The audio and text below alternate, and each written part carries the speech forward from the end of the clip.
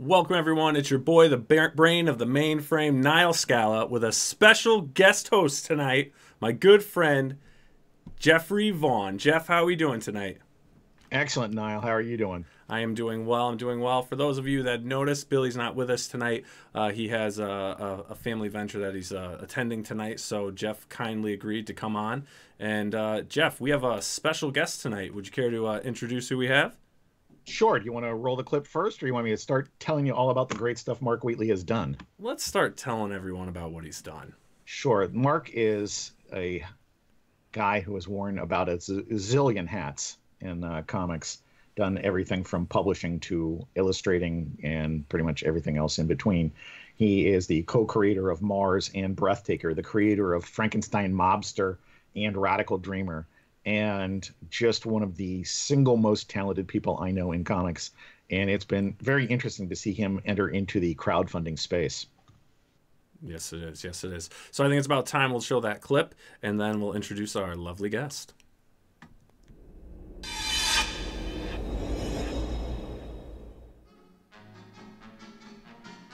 The early 20th century was a wild time for publishing.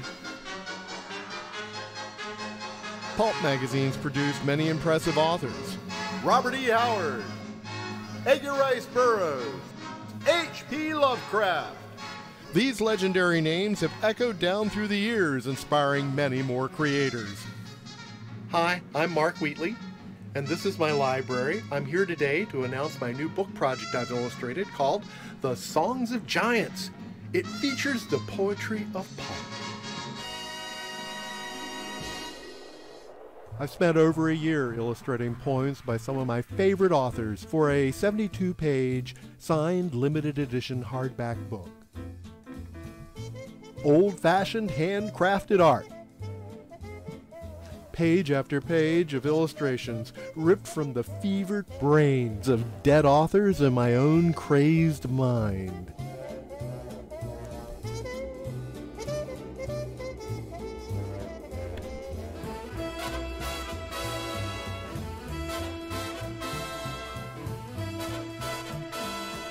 Songs of Giants, a book of poetry resurrected from crumbling old pulp magazines.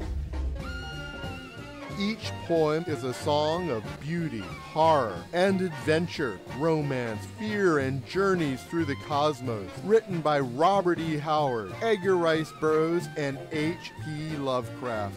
I have illustrated each of these amazing works with a fine line illustration style that is inspired by the early classic Golden Age illustrators. I have spent many hours living with these poems, and I have illustrated them in such a way that you will too.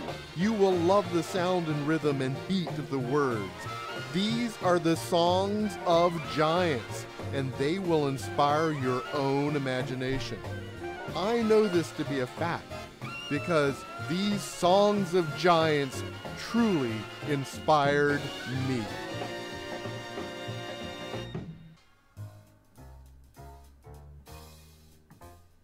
All right, Jeff, without further ado, let's welcome our guest, Mark Wheatley. Mark, how are we doing tonight?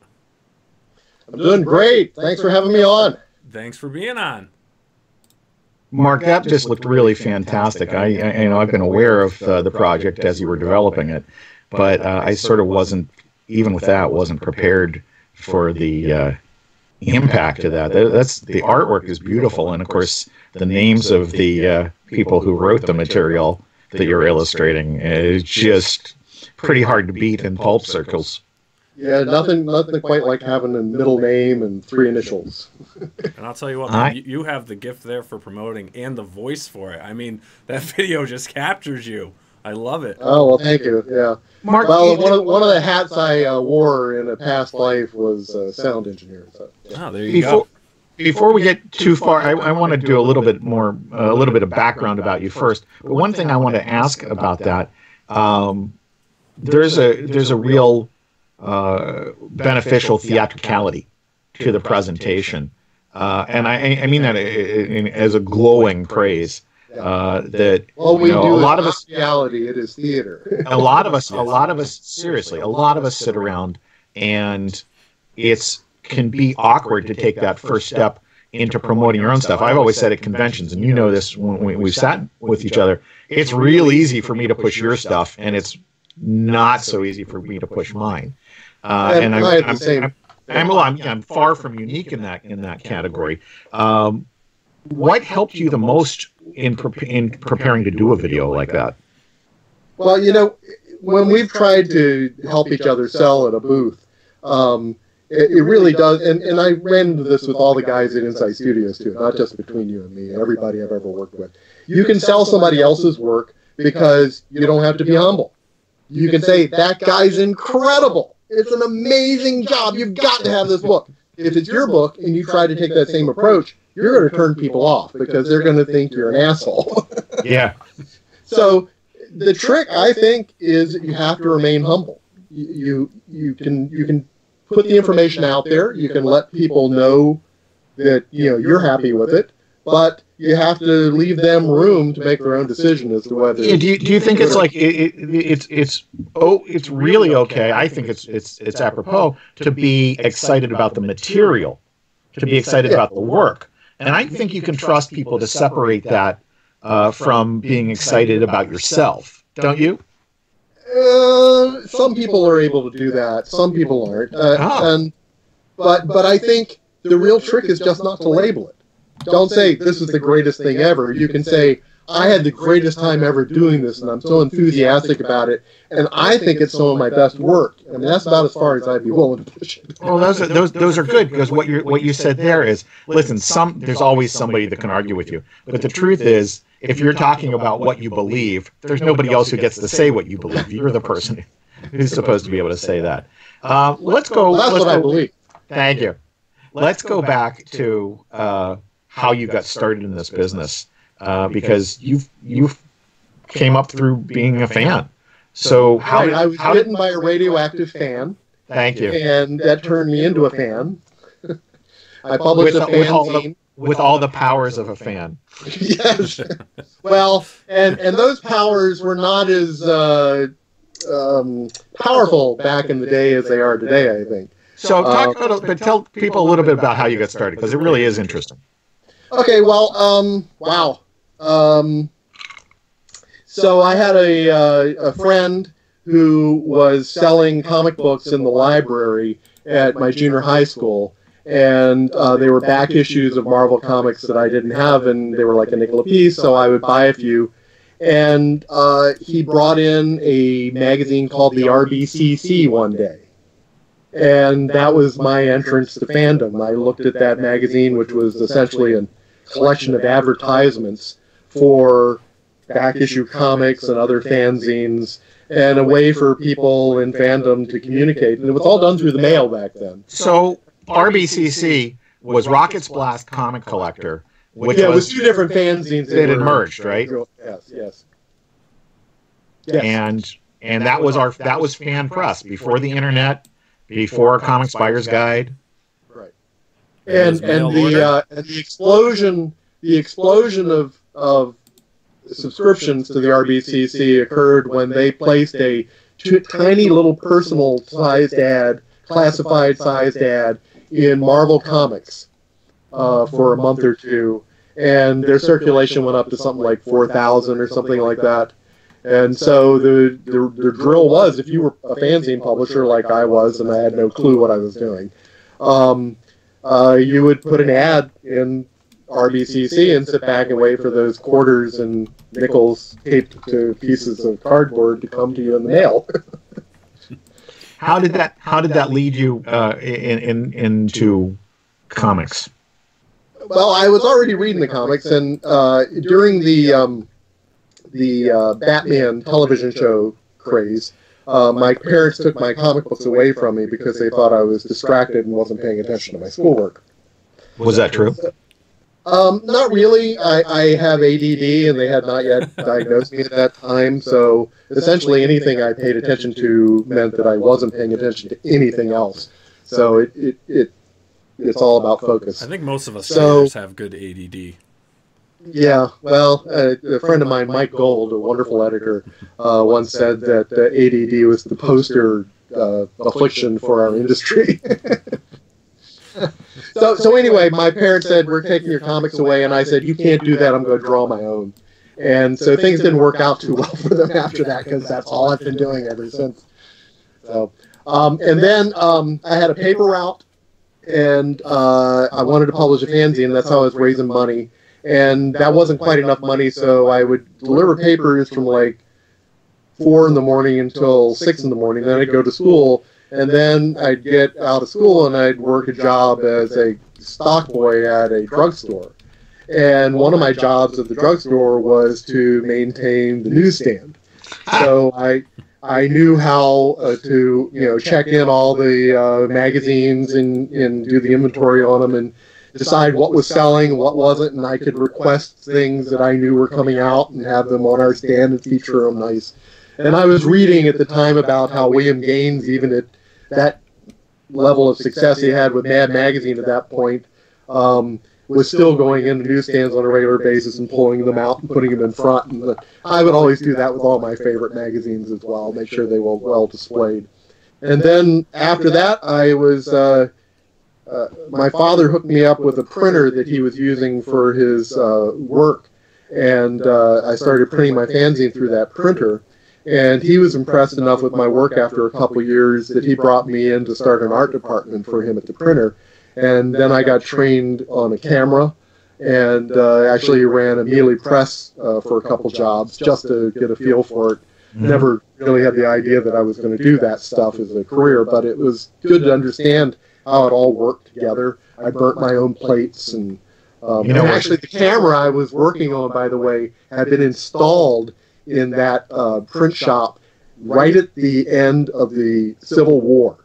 And that's how old it was, and it was still working and just fine. The only thing they had changed is they had changed the arc lamps to bright fluorescent lamps. We're talking about technology, and Nile is going, what are they talking about? Right, yeah. And while I was setting up the art department, that for the months I was there, they brought in the CompuGraphic typesetter, which Holy was crap. the very first computer typesetting system. And Sure, we still had a guy running hot lead in the other room. We had a position at our college newspaper that was the position, typesetter. Yeah. So that's how I got going with that. So I went right up the food chain until I was publishing, and then I went to college and I worked as an art director for the Virginia Department of Agriculture and Commerce. Did your college experience play into your art in any way? It broadened my understanding of the world and life a bit. Mm-hmm. I met my wife. That was good. But honestly, I was working full time as an art director while I was going to school full time. So I pretty much, they weren't teaching me a lot. My freshman year, they actually drafted me to teach a class for a semester because one of our professors had a medical problem and left, and they were shorthanded. And if you're a freshman and they have you teaching, there's something off there. Yeah, I did that with French films. It was. Can we talk about that? Can we talk about some French films? Oh, absolutely. It was Ooh la la. Jean de Florette and La Femme Nikita. I seriously had a bunch of high school teachers in my French films class that took that as a refresher. Because where else are you going to get French in Hearst, Texas? And they weren't really prepared for the violence of La Femme Nikita, but they also couldn't look away from the screen. So I felt like that was a real triumph. But okay, Mark, my next question really is: you had all this practical world experience. You're working for the Virginia government there. Were you starting to reach out to comic publishers or other places at that point, or did you know when you were going to? When did you start that? I guess. Okay, so there was a lot of resistance in the school to the work I was doing. I went to the Virginia Department of Agriculture. Virginia, the Virginia Commonwealth University. And the reason I went is that I had run into Mike Kaluta when I was just after I'd gotten out of high school, and he was saying that I should go to the VCU, as it was called, because that was his school where he had gone. And the reason he recommended it is because there were 2 girls for every boy who was in attendance at the school. So high academic level. So while I was there, the commercial art and design, communication art and design division, which I was in for my major, resisted at every chance. In fact, requested I leave the school in my junior year. But then the dean changed for the senior year, and he embraced it with a great deal of enthusiasm. So it was a big change. Yes, a big change. And during my senior year, they had me lecture at a seminar and really turn things around quite a bit. And they wanted to support me, and so they came to me. They said, "Is there anybody who we could have in our lecture series to come in that you'd want to have in?" And I said, "Yeah, get Stan Lee." So they did. And Stan comes in, and I did the poster, which was advertising. He did two things. He did a lecture to our school, which is a very small lecture to a classroom size. It was a large classroom, but it's still a classroom sized presentation. And then he also did a big, Coliseum level type talk to the whole school, the whole ECU. And so for the smaller event, I did this poster of him, walking into a room where all the people sitting in the school desks were actually all the heroes from Marvel. Thor's all crammed into the little desk and everything. And I did a pretty good job on it. You rise above your level and something like when you absolutely. Look at it. Yeah. And so he gives his talk, and he starts to talk, and the first thing he says is, before I get started, I know this is an art school, and I see some people here who have portfolios with them. I do not look at portfolios when I'm talking. I tour, and I've just had to make a flat decision to not look at any portfolios because it can really be time consuming, and I'm just getting really deflated and everything. And he goes on, he gives his talk, and it's good. I mean, he told us a lot of good stuff at the time. At the time, he talked about how they were preparing a musical for Broadway with Elton John about Spider-Man. It's like, I don't think that ever happened, but he was talking about that.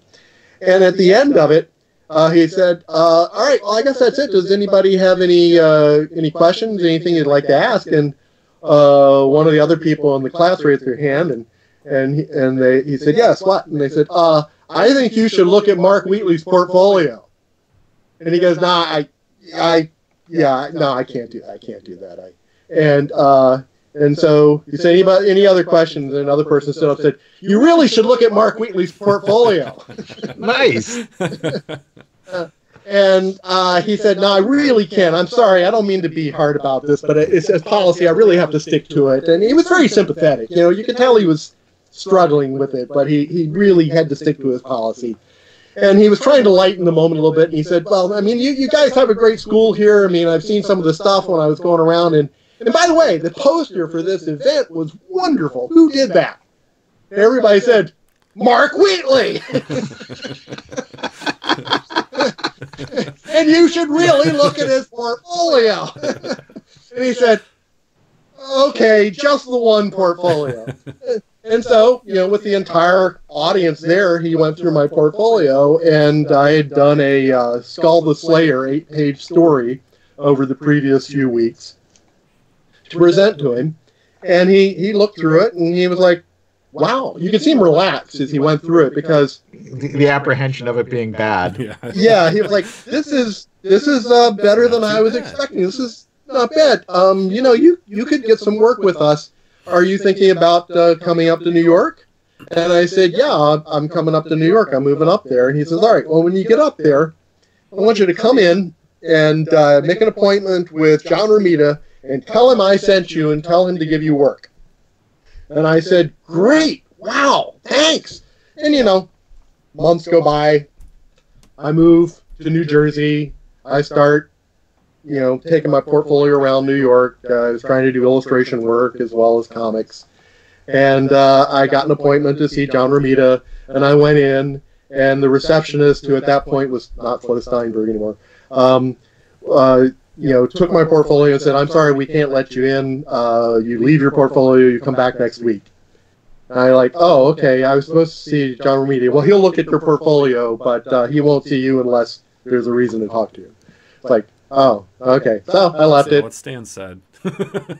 Week later, I come back, and she says, "Oh, hi, yeah." And she calls back, and she looks up at me and she goes, "Wow." And I said, "What's wrong?" And she goes, "He's coming out." And I said, "Who's coming out?" And she goes, "John Romita. He never does that. He's coming out." So John Romita comes out, and he looks like, was it Man Mountain Markham? That was the villain. Marco. Man Mountain Marco. Yeah, Marco. Yeah, he looked like that. He really did. It really looked like him. Anyway, he comes out and introduces himself, and we get to talk, and he goes through my stuff, and it was right after the DC implosion, and Charlton had gone out of business. It was a nasty time to break into comics. And he was like, I can't get work for the guys who've been working in this industry for the last 30 years. So I would give you like an 8-pager to get you started, but I've really got nothing. And so I said, thank you. And I left. And I woke up at about 3 a.m. in the morning, about 15 years later, and thought, Stan sent me. I never said Stan sent me. And 15 years had informed me that's how you do business. That's how you network. Oh, yeah. That's And how network. Yeah, but when I was a kid showing up, I had no clue. Yeah, I mean, everybody wants their form of entertainment, whether you're dealing with poetry or novels or screenplays. Everybody wants it to be a meritocracy. Yeah. And, because I'm a good guy. Yeah. And right. And well, but that's important. I mean, philosophically, I think a lot of us as artists and creative people, we have low self-esteem, and we're shy, and we put all our energies into a very private little experience creating things. And part of that, at least for me, starting out, was I was looking for validation. I was looking for other people to tell me I was good. Oh yeah, absolutely. That's a huge part of it. Yeah. So Nile, after a while, you either get fed up with waiting for that, or you actually start thinking you're okay. When we're posting things online, Nile, and I know you do this with some of your artwork and everything else like that, don't you feel like that's a component of it? That hey, you want people to see that this is cool? Oh yeah, you post it up because you want to see people. You want them to see the progress, but you do want the feedback. You want to see how people react to it. Because our friends will tell us one thing, family says something else. There's obviously other people will tell us the truth, and I think you get the great truth when you just post it out there and see what people actually say. One of the things that I do in a number of different settings is some public speaking, and you have to pretty quickly understand that most people are complimentary of public speaking because they're terrified of it and they're glad it wasn't them. You really look at the motivation of doing that. Like if you reach a point where you're showing your artwork or your writing or whatever, photography or whatever your talent is, where you're just showing it to friends, you really are undermining yourself because you're showing it to people who can't do it. Show it to people who are better than you.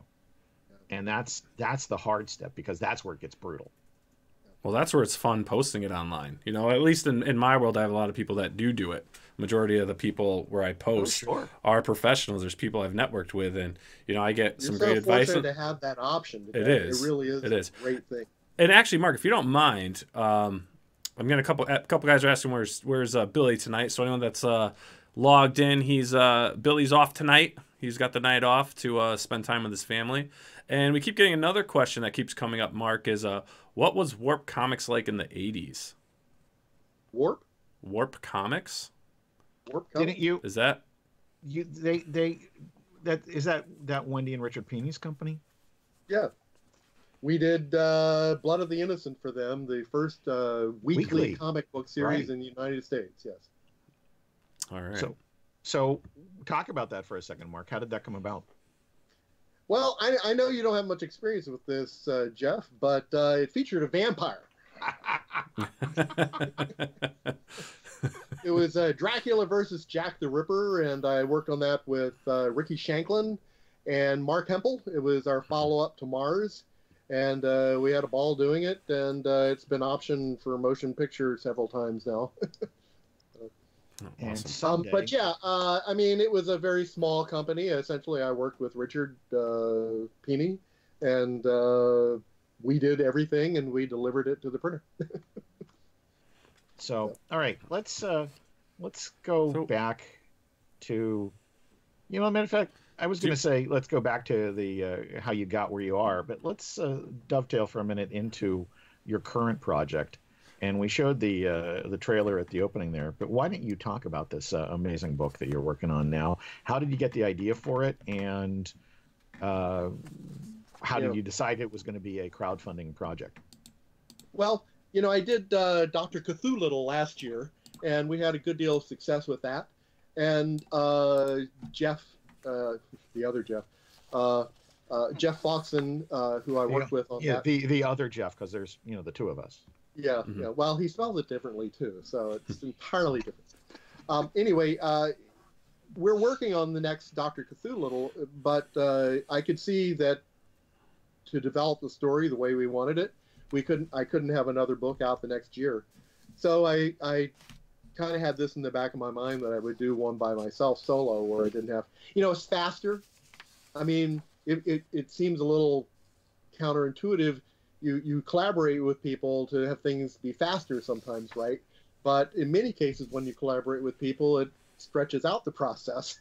Yeah. And in this case, I can work pretty lean and mean and get things done fast myself. So to back up a little bit, I'm a musician. When I was in New York back in the late 70s, going around doing advertising work, illustration work, comics, I was also sending around demo tapes to Capitol and Columbia and all the A&R guys. They were getting my tapes. I was sending them to WNEW too. There was one of their DJs would play the tapes on the air, and I forget his name now, but he would call me and we would talk because he liked what I was doing. And nothing came of it. And then I got a gig doing Mars, and I signed my first contract for a monthly comic book series. And 2 weeks later, I got offered a contract from Capitol Records for a 3-record deal.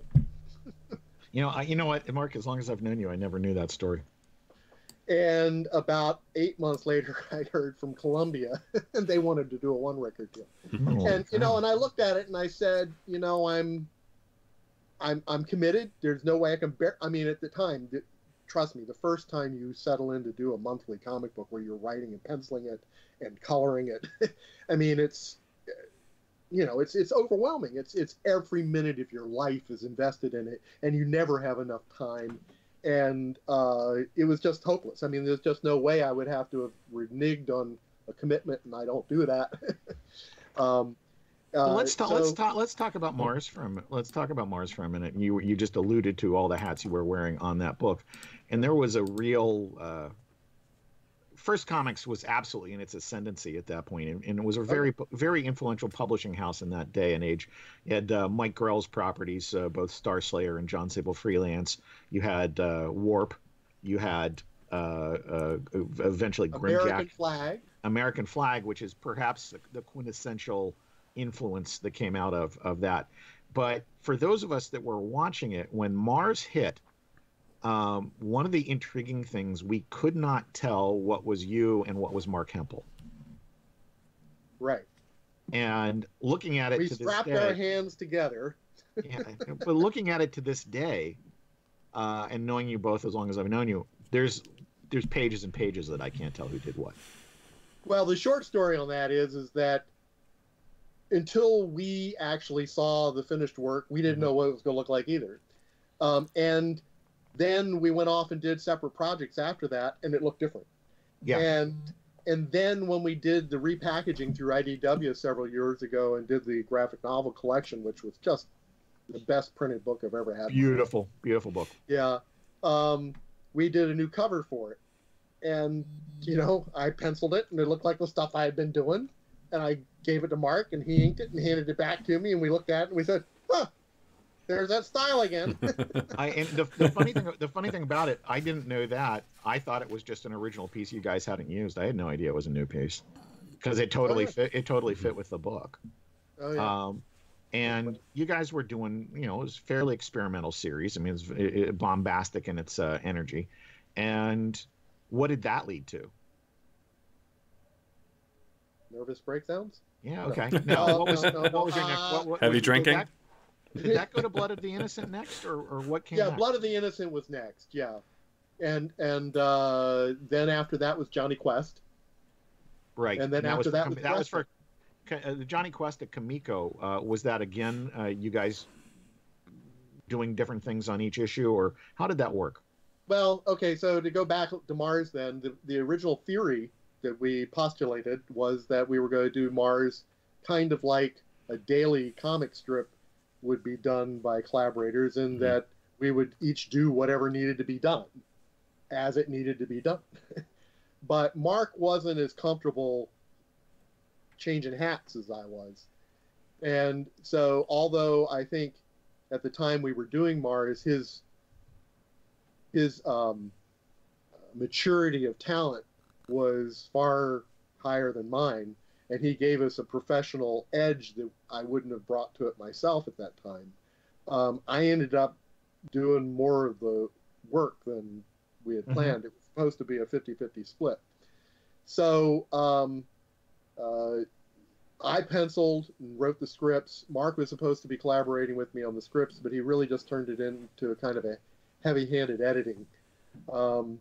And he inked, he lettered, I colored.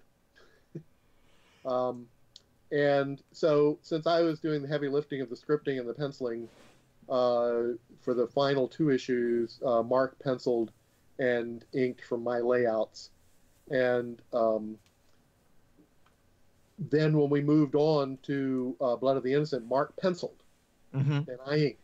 Yeah, it still looked like you guys, but it had a distinctly different look than Mars did.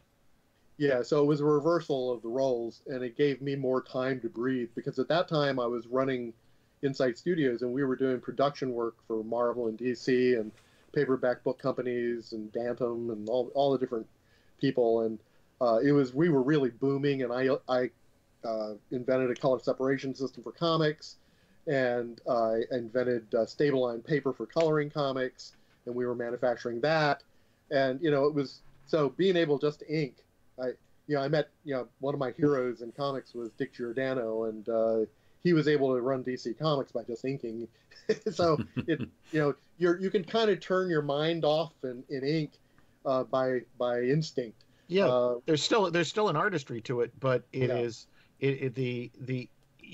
much more craftsmanship than it is imaginative. Yeah.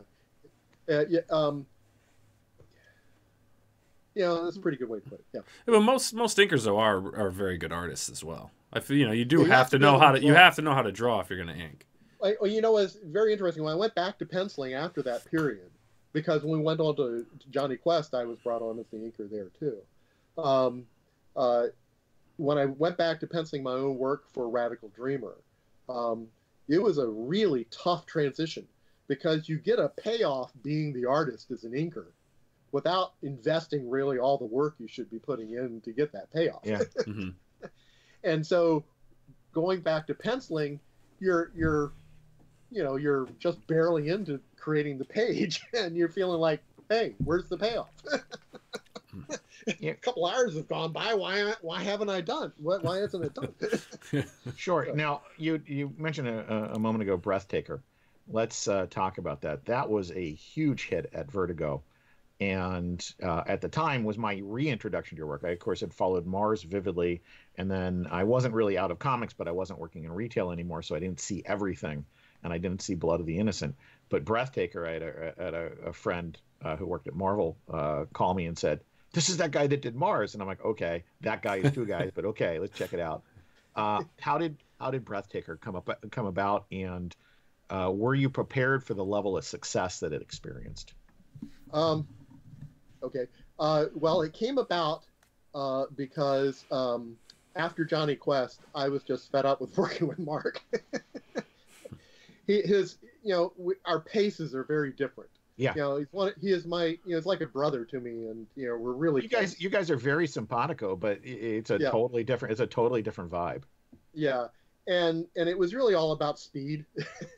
I'm very quick and he's very slow, And with Johnny Quest, there were issues that I was the inker on where I was getting, a somewhat detailed face on a smudge and a lump for the bodies and no backgrounds.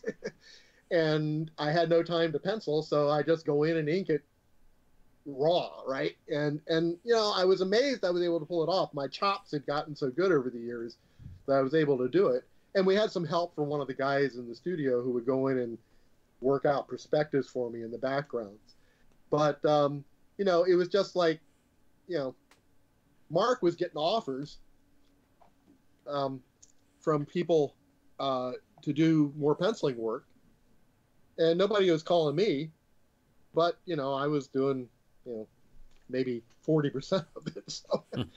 So I decided that it wasn't good for the two of us to be doing that. So I got him a couple gigs, and he worked up Gregory during that period, which was marvelous. It was phenomenal amazing. strip. Yeah, and that was he really shone, and he really came to life on that. That to me was the first thing that I knew was distinctly Mark. Yeah. And I had seen all that work, for years. I knew all about that. But, you have to be able to find a market to show the public, what the artist is capable of. Well, that was originally Piranha Press. Yes. Mark Nevelo was running that. Yeah. So, Mark and I mutually come to the conclusion that was it. No more collaborations. we were done. Because, we had done Being an Interplanetary Spy for Bantam, and then Mars, and then we had done Blood of the Innocent, and then we did Johnny Quest. So 4 projects over the course of like 5 years, and we were burnt out on it. So I'm busy. The studio's booming, and we were doing Blood of Dracula by that point, too. And I was editing that and inking Neil Vokes and Adam Hughes. And so I'm keeping real busy, and I realized Mark's not getting any work. And so to give him a gig, I start thinking about what we could do, and I didn't want to collaborate. So I decided, I went in and I said, Mark, if I come up with a story and write it and just hand it off to you and just leave you to your own devices, would you be okay with that? And he said, sure. So I knew his personality. I knew these paintings he had been doing of futuristic, erotic images. And I thought, something, with sex and violence would be good. It might work well. And I took a walk, and I came up with the title Breathtaker while I was walking, and I had it all written by the time I got back to the studio, and put it down and, gave it to Mark, and I said, that's it, work up some samples. We showed it to Mike Gold. He bought it overnight. I FedExed it to Mike Gold at DC Comics, and I'm getting a call from him at like 9 a.m. the next morning saying I'll take it. Wow. Is that the fastest you ever had anything accepted? Yeah, and then it took 14 months to negotiate the contract. Oh, wow. Yeah. So anyway, it actually worked out very well for us. Mark was slow, and I still had to make up some time on the painting of the project. But it was not nearly as stressful for the two of us as it had been for the previous projects, and we enjoyed doing it.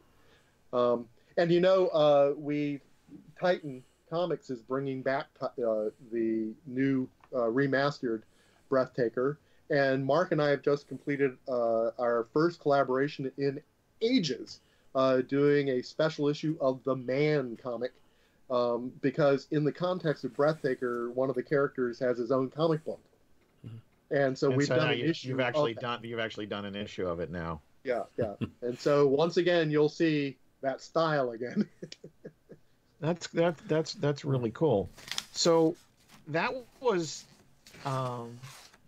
pretty big seller, and I guess the 14 months you took negotiating the contract probably ended up in the end being worth it to you.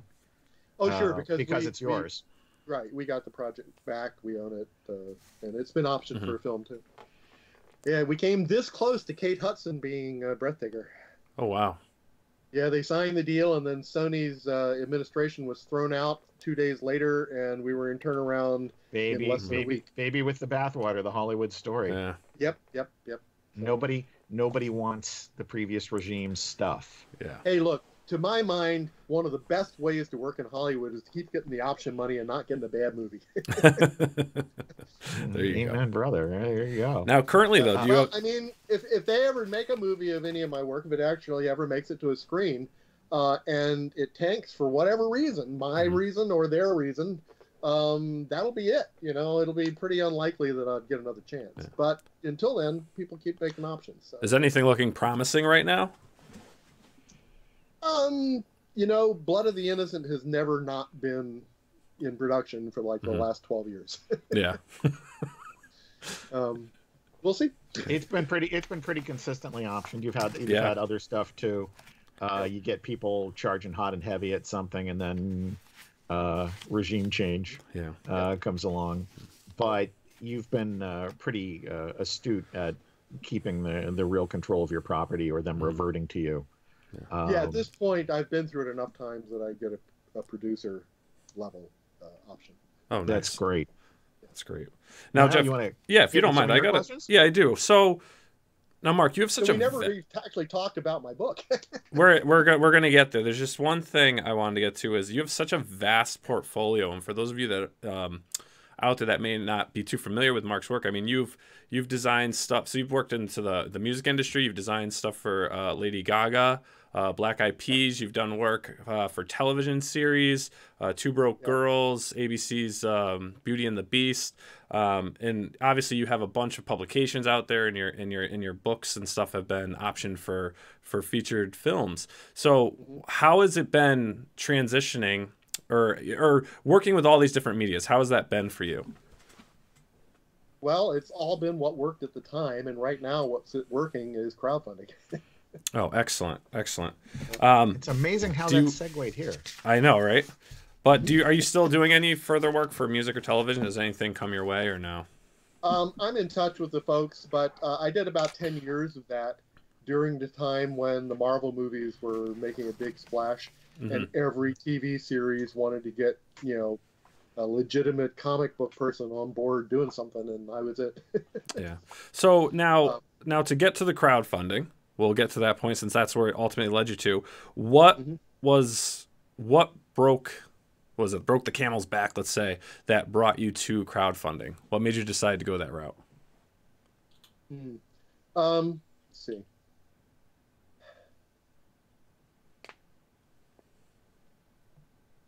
I guess it's because of the lack of other options, viable options. I mean, I've been around long enough, and I know most of the players in the field. With few exceptions, I can pick up a phone and talk to maybe 80% of the publishers out there, and put together a publishing deal and bring out my books. I don't mean to sound cavalier. I know there's a lot of guys that would kill for that, but the problem is that they're not often in a position to support the books. They don't actually have a marketing staff. They may, because they're now owned by a media corporation, require me to sign over control of my rights. They may not ever pay me anything because the deal usually is a 50-50 split of royalties that never quite happen. So, I mean, it's a big risk that you take as a creator going in. I mean, it might pay off if you have get struck by lightning, but that's you're mostly cannon fodder to fill up, spaces in a catalog, I think, for most publishers. And that said, with me having huge respect for anybody who's doing that these days, because it is a tough market and a tough job for these guys to be putting out books, and they're at risk too. So, with crowdfunding, I'm able to take all the risk and, reap enough reward that it's not, completely out the window. And since I do have representation in Hollywood, I can immediately put that IP into their hands and go. And actually, Songs of Giants is my current book being offered is a bit of a departure because I'm being self-indulgent because it's not really IP. because it's coming from work produced by other folks, Edgar Rice Burroughs, Robert E. Howard, and H.P. Lovecraft. So. Mm-hmm. And can we get into the meat and potatoes of this book, the book that you have coming out, and what can our fans and viewers expect from this campaign that you have going on? Well, they're going to get a book, and it's going to be profusely illustrated, and it features the poetry of guys who are not really known for it, and yet they should be. In many ways, I think if Robert E. Howard and Lovecraft had set out to just feature their poetry, they may have died in obscurity and not had any money, but we would remember them fondly today, and they would be highly regarded as poets. Just amazing work. And Burroughs, Edgar Rice Burroughs, who had tremendous success as a pulp writer and novelist, and I think really as a satirist is one of his strongest points. He wrote poetry more out of a sense of irony or commentary or sense of humor. And his stuff is fun, just good fun. And when I realized all three of these guys had written poetry, and I know that I was a huge fan of each, I thought, I'm just going to indulge myself and go back to doing black and white brush and ink work and illustrate these poems into a book. So it's a big, fat, 72-page hardback book with double-page spread illustrations. This is one of them here for H.P. Lovecraft's Pan. And at this point, we've done so well with the Kickstarter, anybody signing on is going to get a lot of extras. The audio book by Mark Redfeld and Jennifer Rouse, which I think is upstaging me. It's an amazing job. Mike Gold was joking. Yeah, you're the only guy I know in comics who do an illustrated book and immediately announced the audio book version of the illustrated book. Yeah. So, but seriously, I mean, these poems read by Mark Redfield with the soundtracks and by Jennifer, I cannot communicate to you how affecting it is. I mean, it is just wonderful work. Mm-hmm. And so you get the audiobook, you get the book, you get a bound-in signed limitation plate, you get a bookmark, you get signed art prints, full-size art prints, and we've just recently had to add several more stretch goals because we keep hitting them. We're offering a set of 3 portraits painted of Howard, Burroughs, and Lovecraft. And we are offering a sewn-in cloth ribbon bookmark, which I've always wanted to have in one of my books. I hope we get that. Oh, that's very cool. And we're also offering metallic ink on the cover, which would be really cool. And trust me, it took me hours to finally give up. I couldn't figure out a way to show that on the internet, but it's going to be really cool. So yeah, that's like the early days of trying to scan the foil covers in the 90s, and it drove us absolutely insane at the Overstreet offices. Yeah, just trust me, it'll look cool. And you know what? I think people should understand at this point. Maybe newcomers don't, but if Mark Wheatley says it's going to look cool, it's going to look cool. Yeah, definitely. Well, here's some of the art if you want to see. I mean, yeah, let's get you up.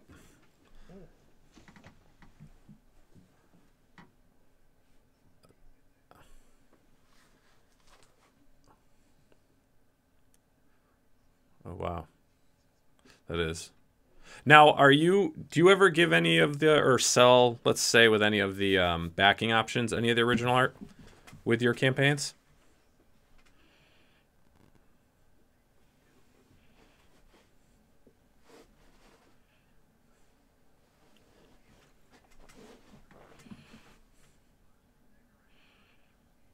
Mm-hmm.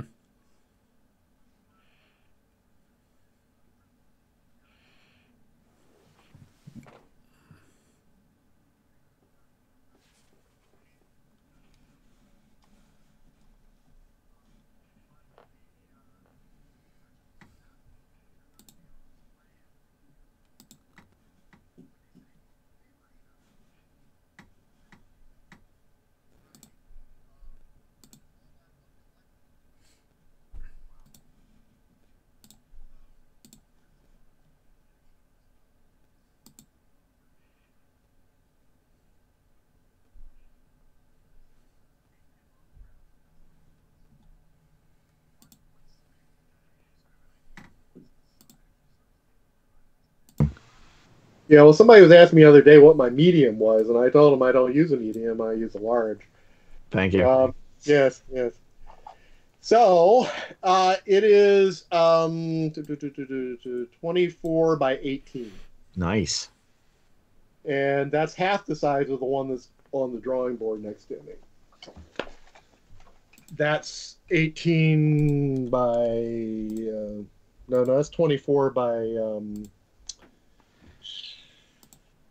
46. Mark, excuse me a second. Nile, are you seeing the feed that says we've lost Mark's audio? Yeah, I've got it back. Okay. So we have it back? Yep, we got it back. I'm here. Nope, we're here. We've got it. Can you hear me? Yeah. So these two are mirror images of each other, and it's about light and dark. And that's being offered. And I have a Burroughs piece that's also being offered as well. It's a very large one. I'm not sure it'll show up too well. Let's see. Give it a try. Here. There you go. I love that piece. You can make a tent out of this one. There you go.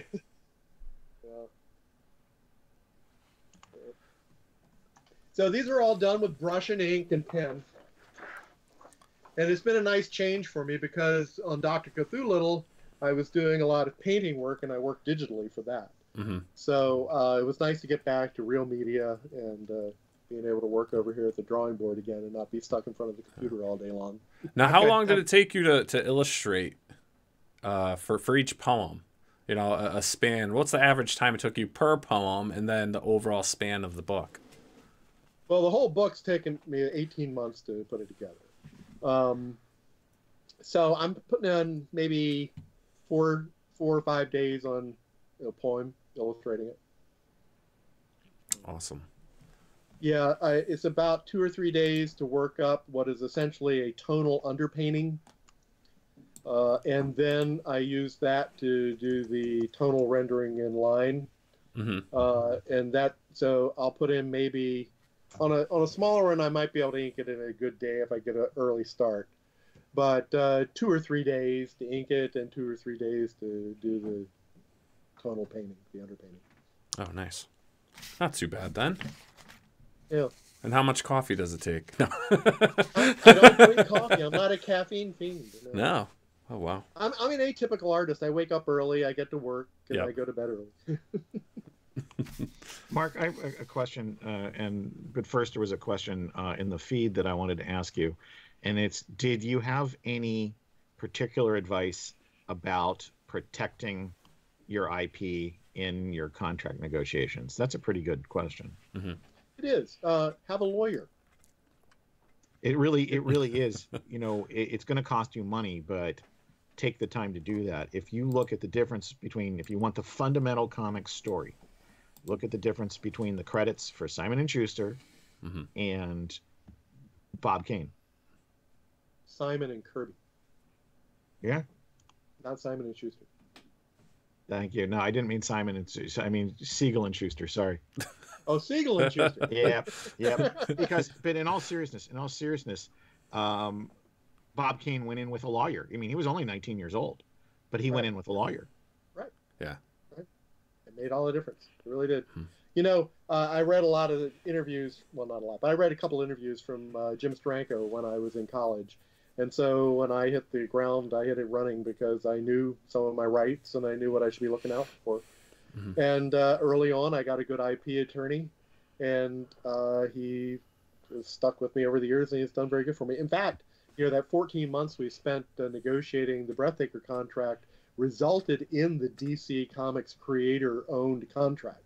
My lawyer worked with their lawyer, Lillian Laserson, and the two of them essentially created the outline for what became the standard creator-owned contract for DC Comics for many years. Oh, wow. That's phenomenal. That's really cool. That I did not know. That's very interesting. Yep. Now, I'm sorry. Go ahead, Jeff. No, go ahead. No, go ahead. You go ahead. You sure? All right. You're too kind. So now that you have, what is it? This is your second crowdfunding project? Technically, it's my third. Technically, it's your third. Now, is this going to be for all your future projects? Do you have anything coming up? And B, is crowdfunding going to be your way to go? If it looks like the viable way to go at the time, I will. But certainly, if I was making the decision today, absolutely. Yeah. And would you ever consider, now right now you're typically using a Kickstarter. Have you ever looked into going over to Indiegogo as well? Well, that's where we did our Breathtaker. Oh, And okay. it was not as responsive, but the platform's changed a good deal since then. So you've had the better luck on the Kickstarter platform thus far.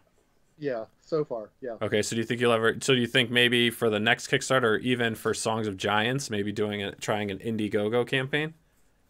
No, I won't this time because Songs of Giants will be in people's hands at the beginning of June. Okay. So it's really, you're really in a position to move pretty quickly on it. Yeah. So that that works against double dipping. Some of us have really been tracking that there are people who will support one platform and not the other. And I'm intrigued by it. I would definitely explore it on the next project. Yeah. You know, what's funny is that we have a brand loyalty in comics that that the car companies and, you know, hardware manufacturers would kill for. The sneaker companies would kill for, and it's largely inexplicable. But it now seems to have followed the polarizing debate in the rest of society into I won't do Kickstarter, I won't do Indiegogo, and I, you know, if the project is cool, I don't know why the heck not, but okay, your choice. People have their loyalties, but I do agree with you. I mean, if the product's great, I mean, I don't know. I that's why I'm starting. That's where I go both ways. That's why I'm starting my new publishing imprint called Loyalty. Yeah. So, Mark, we kept on mentioning to the side Dr. Cthulhu. Could you talk about your experience with that on Kickstarter? And first off, how did it come about? Because you love puns and plays on words, like almost nobody I know. And Dr. Cthulhu, once you say it, you can't help but start chuckling. Well, so the Baltimore Comic-Con is one of my all-time favorite shows I do each year. And after the show, since it's our local show, a lot of the creators who are from the area will get together and we'll all go out for dinner and usually get crab cakes. Crustaceans are involved. And a Maryland tradition. Man, God, it's probably 7 or 8 years ago now. After one of the shows, Carlos B. McNeil joined up with us at Insight, and we all went out and had our crab cakes. And Carla, you know, can hold her own pretty well with a pun. And the two of us really just started a pun battle at the table, and we had everybody in stitches, you know, and a lot of people were throwing them in. It was just wonderful. You know, when you get a bunch of creative people together, the energy can be amazing. I mean, I don't know how healthy it is, but it's a lot of fun. And we were probably driving every other patron out of the restaurant because we were getting so loud and boisterous. But at one point, we started doing puns about H.P. Lovecraft. I can't remember why. I think it was Carla's idea or something. And I just came up with Dr. Cthulhu.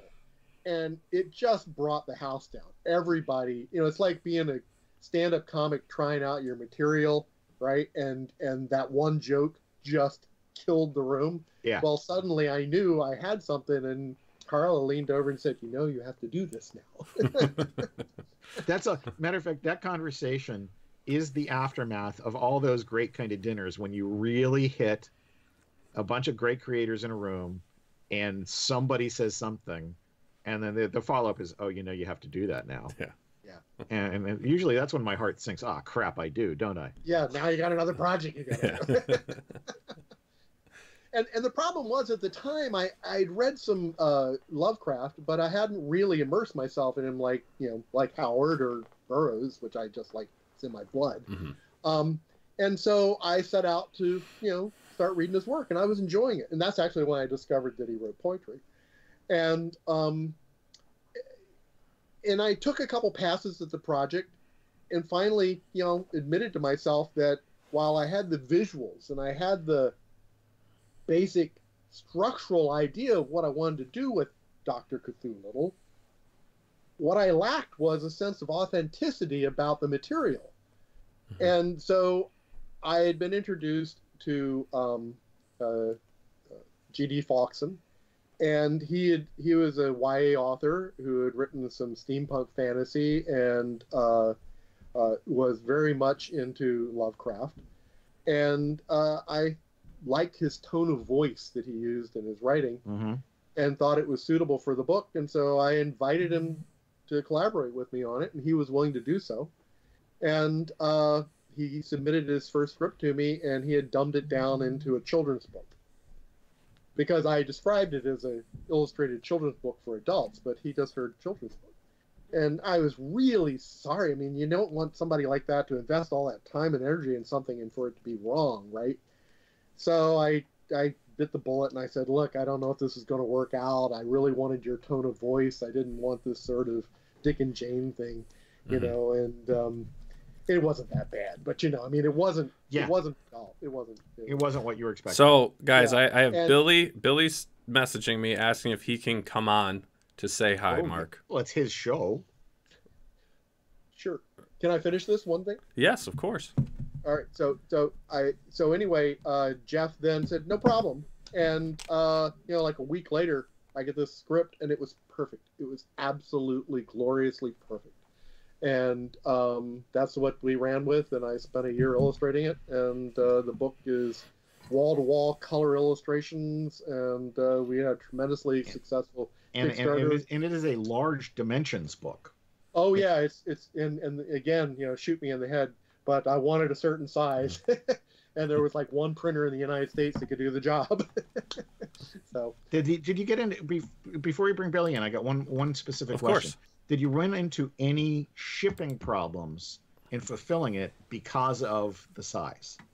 Well, I couldn't use standard priority mail boxes or envelopes, right? And I had to buy Uline special packaging. And it all adds cost.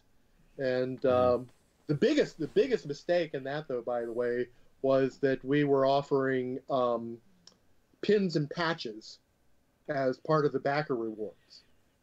And the problem with that is, even though they were not tremendously expensive to manufacture and they resulted in really cool trinkets items, you know, that were really cool, and people liked them, the backers certainly liked them, but to ship them, they're not considered media. So if we needed to send things media mail to save money, we couldn't do it. That went out the window. It added almost $1,000 to our shipping costs. We had to count it on. Yeah. Well, we'll keep going because he still hasn't even got onto the system yet. Oh, he hasn't. Okay. No, he sent a message, but he's not even in, so I can't even add him yet until he gets on. Well, that seems like Billy. He's probably already now on another topic somewhere else. It's his. Well, yeah, it is. He the show does not exist without him. So, you know, I am merely a guest host. But Mark, what other problems did you run into? I had a hangnail that was no, come on. I mean, seriously, that you weren't expecting. I know it seemed like for a while there, every time I talked to you, you were headed to the post office. Well. The postal people, I mean, were very helpful. I mean, fortunately, we have a small local post office, and I'm on a first-name basis with everybody there, even before this. And so they were very helpful. The real problems were with the printing, because we printed with a company that essentially took this job as a way to fill up dead time. Yeah. But they misprinted the book, and it had to be printed over, which delayed the book by almost a month, which put it into their busy time. And their busy time is they hire 500 temp workers. So this is not the woe is me printing house. This is something that is very big business. That was trying to take your project in during a traditional down cycle. Exactly. And that's something that people wouldn't think to ask a printer, like, what's your volume? Is it up and down, or is it steady? Because if it's steady, you're going to get the same level of customer service no matter what. If it's cyclical, you can run into what you did. Right.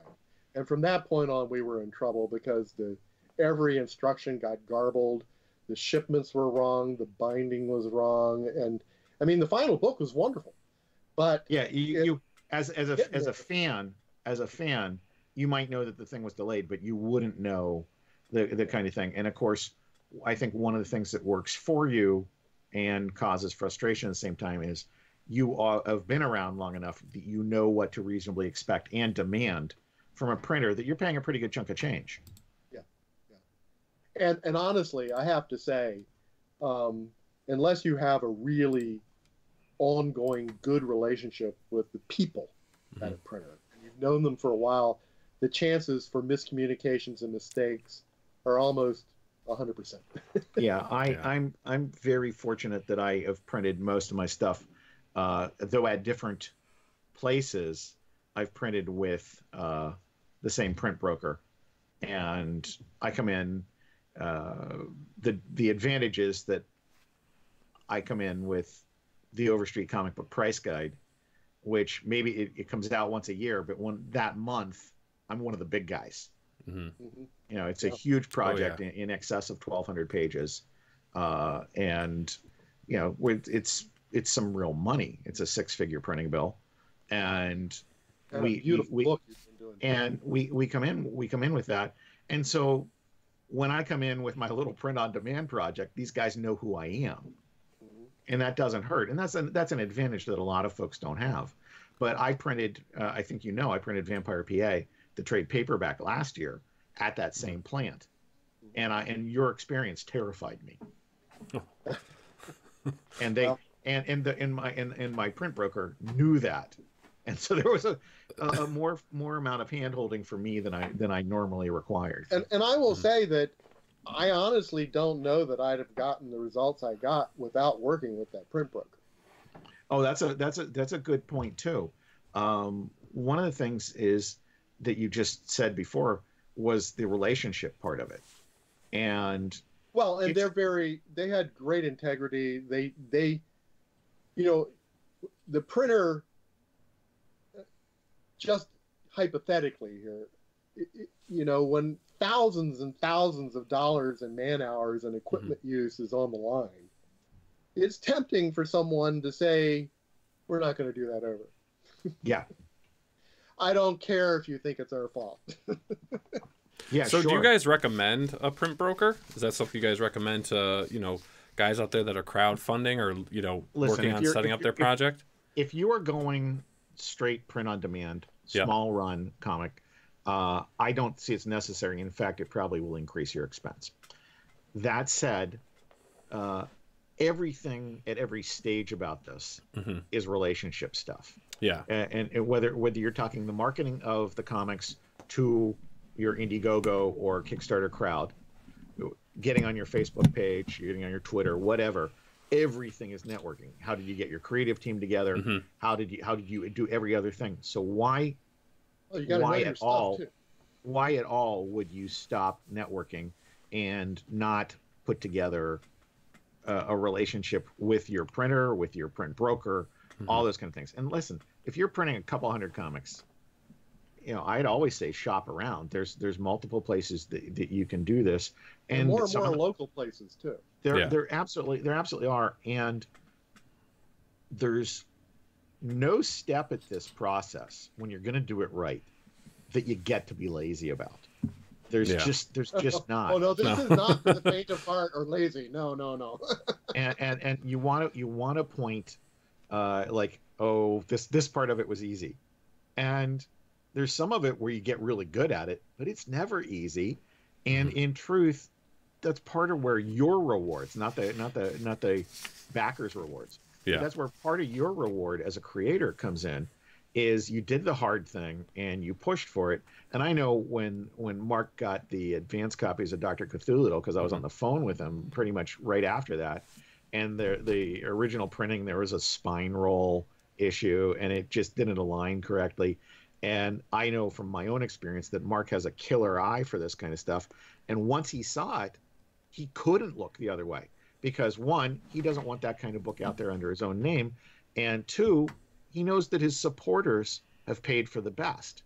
You guys had Brian Polito on the first big show. Yep. And Brian is notorious about being very demanding that the stuff that he is going to provide to the consumers be of quality.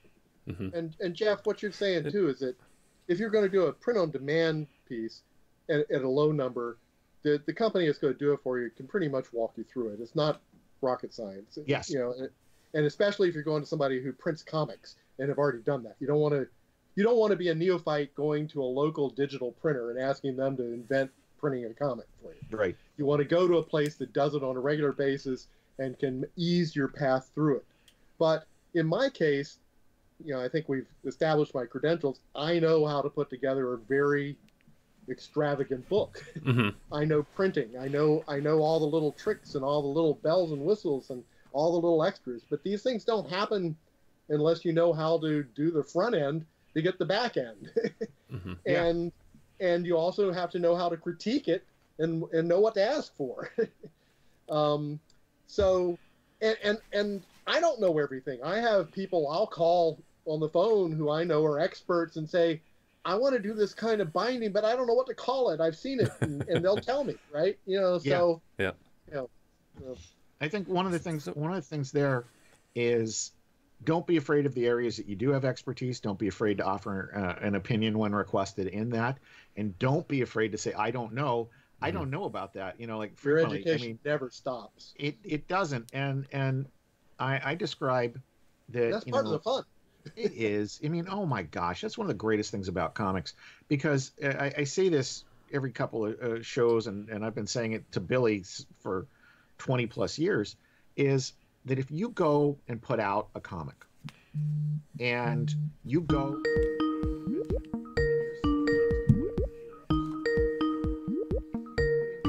work into that, even if you're new, if you put in your best work, the guy next to you may look at it and think it's pretty cool, and you could suddenly be friends with one of the guys who totally influenced you as you were growing up or as you're getting into the business or whatever. Absolutely. Like that. Absolutely. And yet if we go out and make Hello, Wilhelm, Billy, there he I'm is. sorry. Can you guys see me? We can see Yes, you. we can now. Hello, Billy. We're gonna bring you, man. Niall. I apologize. I just got it. I never had Skype from my iPhone, and I'm like, and I couldn't find it because I was in the because I don't have my glasses on, so I couldn't find. I was trying to do the App Store, and I think I did like the micro. I don't know what I did. Whatever. The Apple. Are you Store. blind, Billy? What? Are you blind? I'm blind. This close, I am absolutely blind, and I think I see Mark Wheatley. I think, but I can't. I'm fuzzy and indistinct. That's me. Well. So I'm here at my niece. It's my niece's sweet 16, but great. It's a family party because she's not having a big sweet 16 because she's taking with my brother-in-law and his wife and their kids are all going like on a cruise with one or two of her friends in the summer, which is actually brilliant. You know what I mean? Sweet.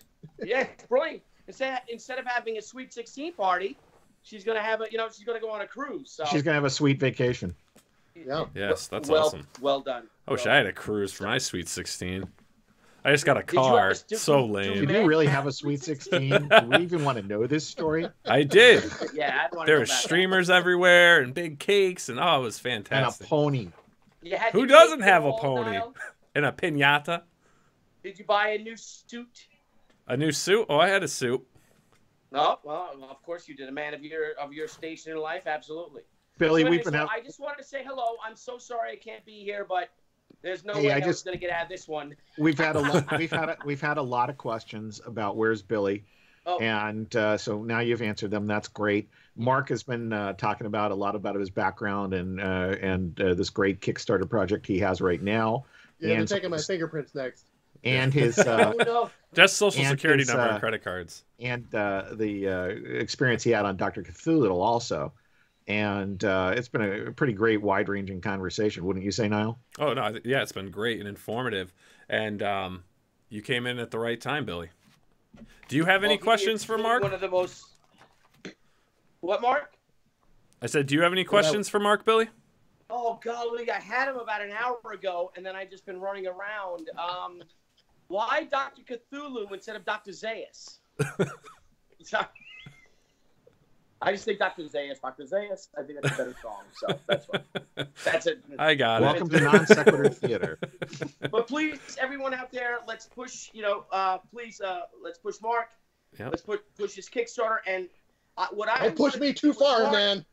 Was Mark, what I wanted to do is from the success that I've had and the eye-opening experience I've had with following up our Kickstarter campaign with an Indiegogo and raising just as much in 1 week as opposed that was to amazing.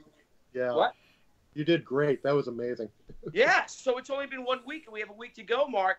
But Yep. we've raised almost as much in 1 week on Indiegogo than we did the whole, 30 days, 5 weeks, 4.5 weeks on Kickstarter. Yep. Have you did put any great. thought behind doing a secondary campaign? Because what I've learned, and we had some good conversations last week about, is that there are those that will only support Indiegogo, and there are those that will only support Kickstarter. Now we know I that think- Billy and I wasn't. think everybody deserves. Is Billy in a Mark bathroom? What?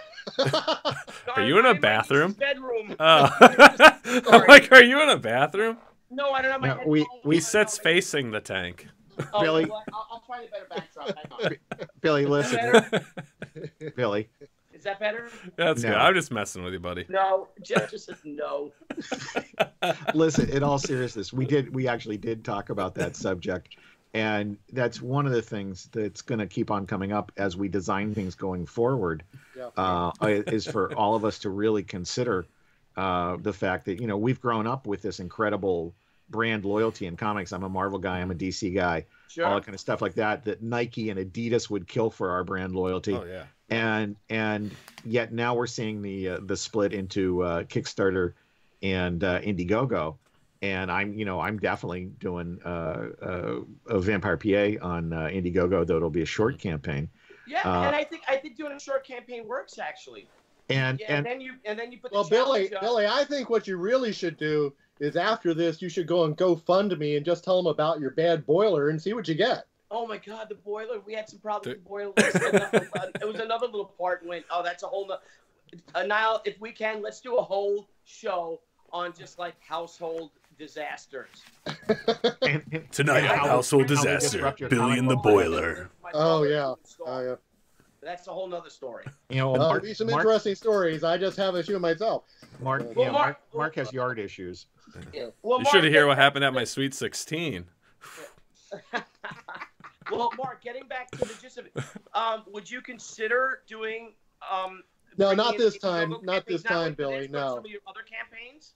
Yeah, certainly for other campaigns, I would plan it that way. But my problem this week is that I'm opening a show of original art in Chicago. It's going to take my time for a lot of the rest of the month, and then I have to get the book together. So there's no time planned to deal with it, and since it's just me.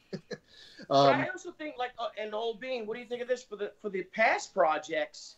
For the ones that have been funded before, some of the older ones. Why not put them up on Indiegogo? Well, I don't know all the ins and outs of it, but on Peer the surface pressure. of it, that's not a bad idea. Yeah, I mean, Yeah, essentially you're using it as a storefront. Yes. Yes. Yeah. indeed. And that's what but Indiegogo also get does, those right, Billy? customers, Get those customers loyal to Indiegogo, and they're very motivated, and they're very enthusiastic, and they love comics. They have no time for the the ballyhoo and the tomfoolery that seems to be going on in comics right now. And you have to remember, it's all about business. That's how I feel. I just think it's all about business. Oh, And absolutely. it is a service industry, and why not give the customer what they want?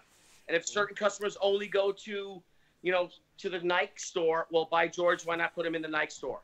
Right. Right. Don't limit yourself Absolutely. to Kmart when there are Walmart shoppers waiting there as well. Absolutely. So, Are you putting your thumb? I did. Come on, I don't know.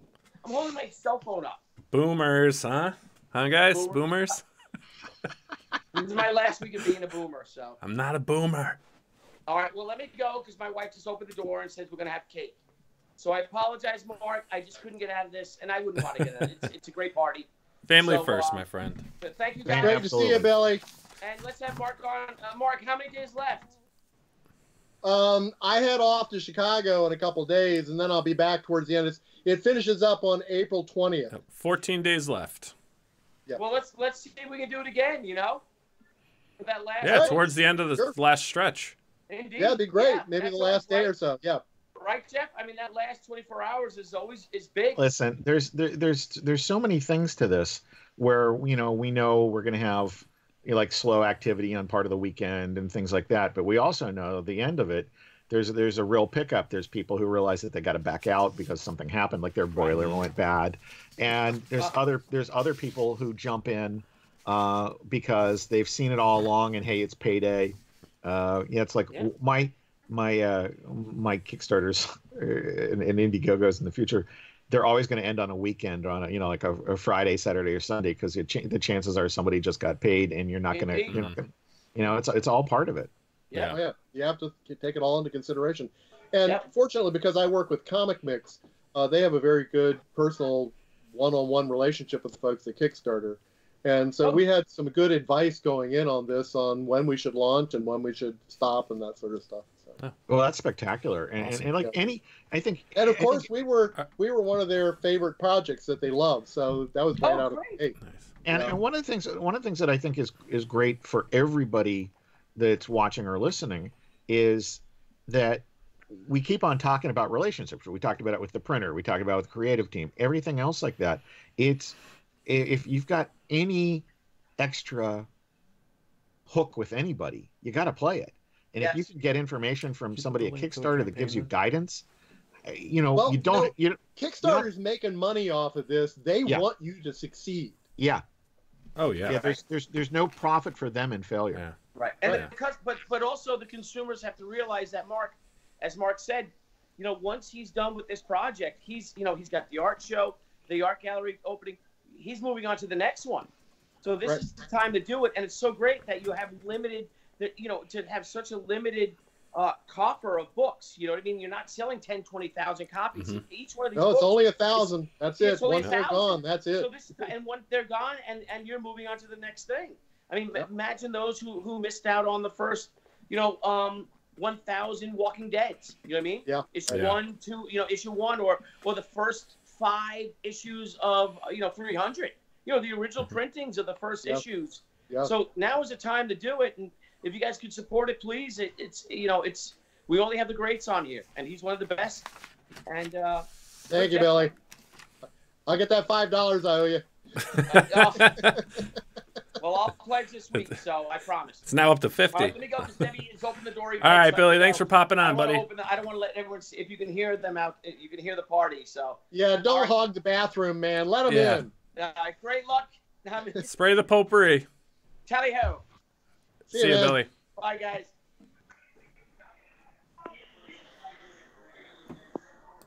So that was great. Yeah. I'm still picking up his audio. Some of the dinners we've had with Billy have been like that.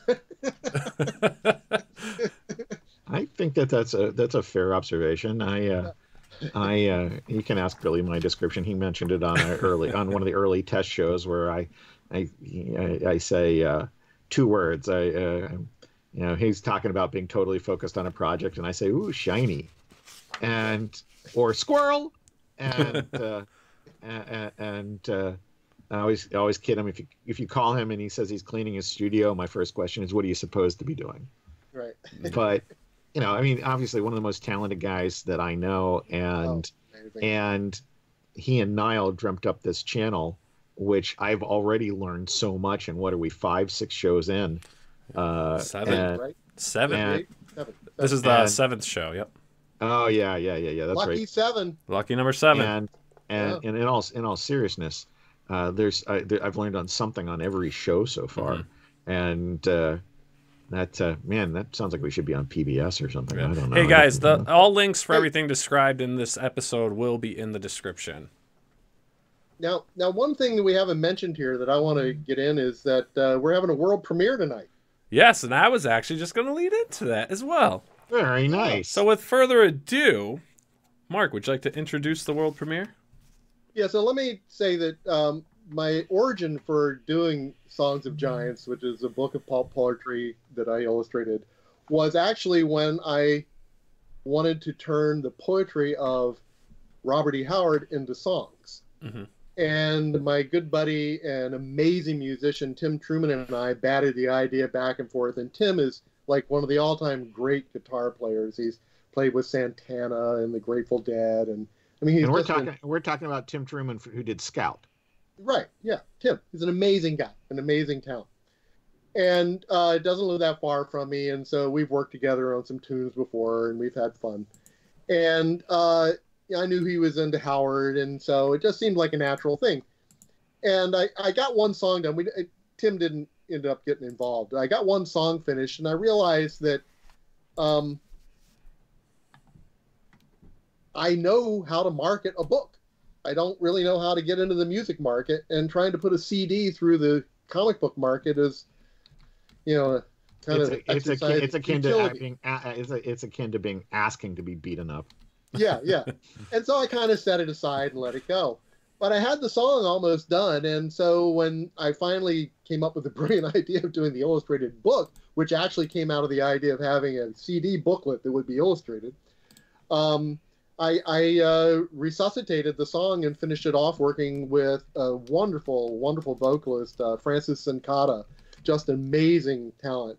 And we did Surrender by Robert E. Howard. And the poem, when Howard wrote, he had his Underwood No. 5 typewriter that he would type on, and it was set up so that he could look through a window in a wall that used to be an exterior wall but had been turned into an interior wall. And he could see his mother as she was dying, laying in bed, right? And that was, a really weird, creepy sort of thing, but that was him, right? Mm-hmm. And this poem, Surrender, if you listen to the lyrics, there is a lot of depression in this. I don't mean to make it sound like it's a depressing song, but, I think there are clues in the lyrics here to some of the things he was struggling with in his life.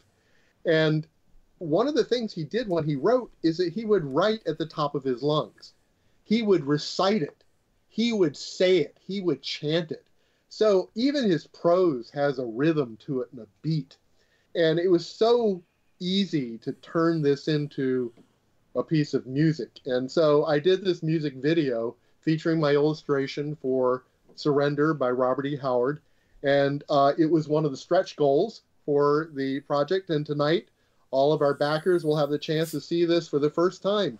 There's a world premiere of Surrender by Robert E. Howard with music by me and Francis Sincata.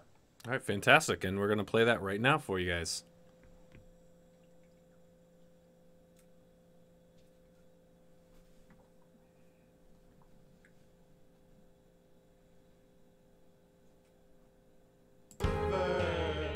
I will follow the road of the setting sun till I come to a dreaming river. I am weary now of the word and bow of the winds and the winter weather.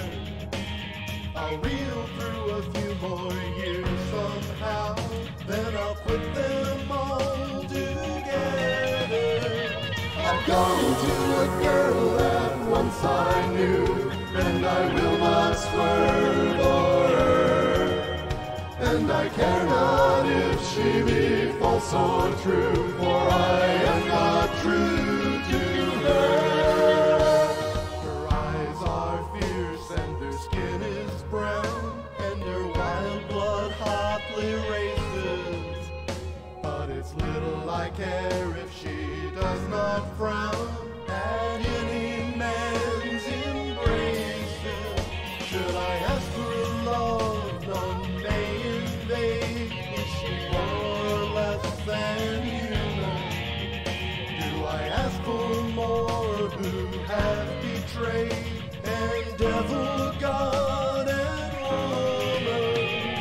Enough for me if she has for me a bamboo hut she'll share, and enough tequila to set me free from the ghosts that leer and stare.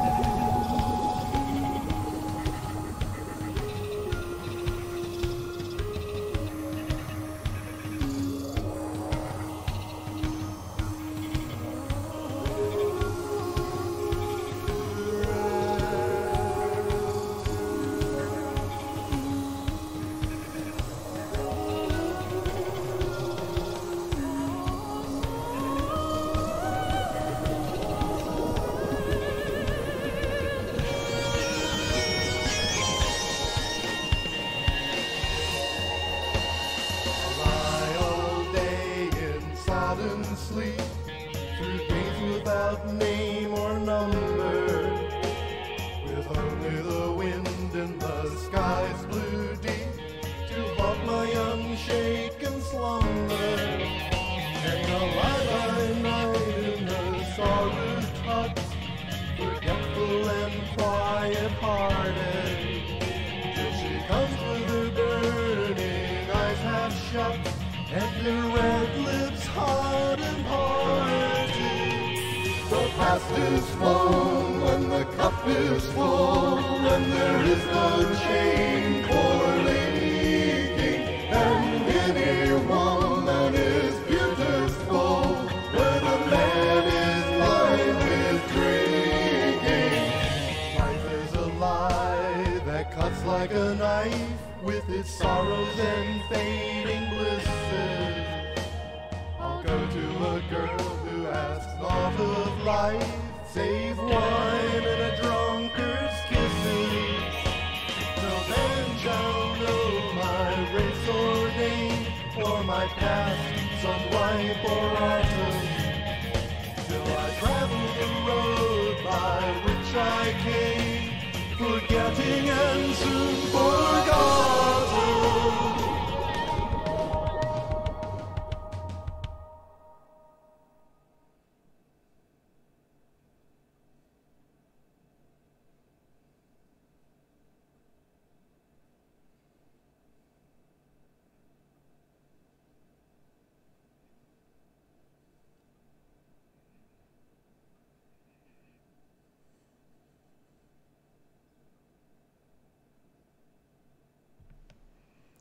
Wow, Mark, that was awesome.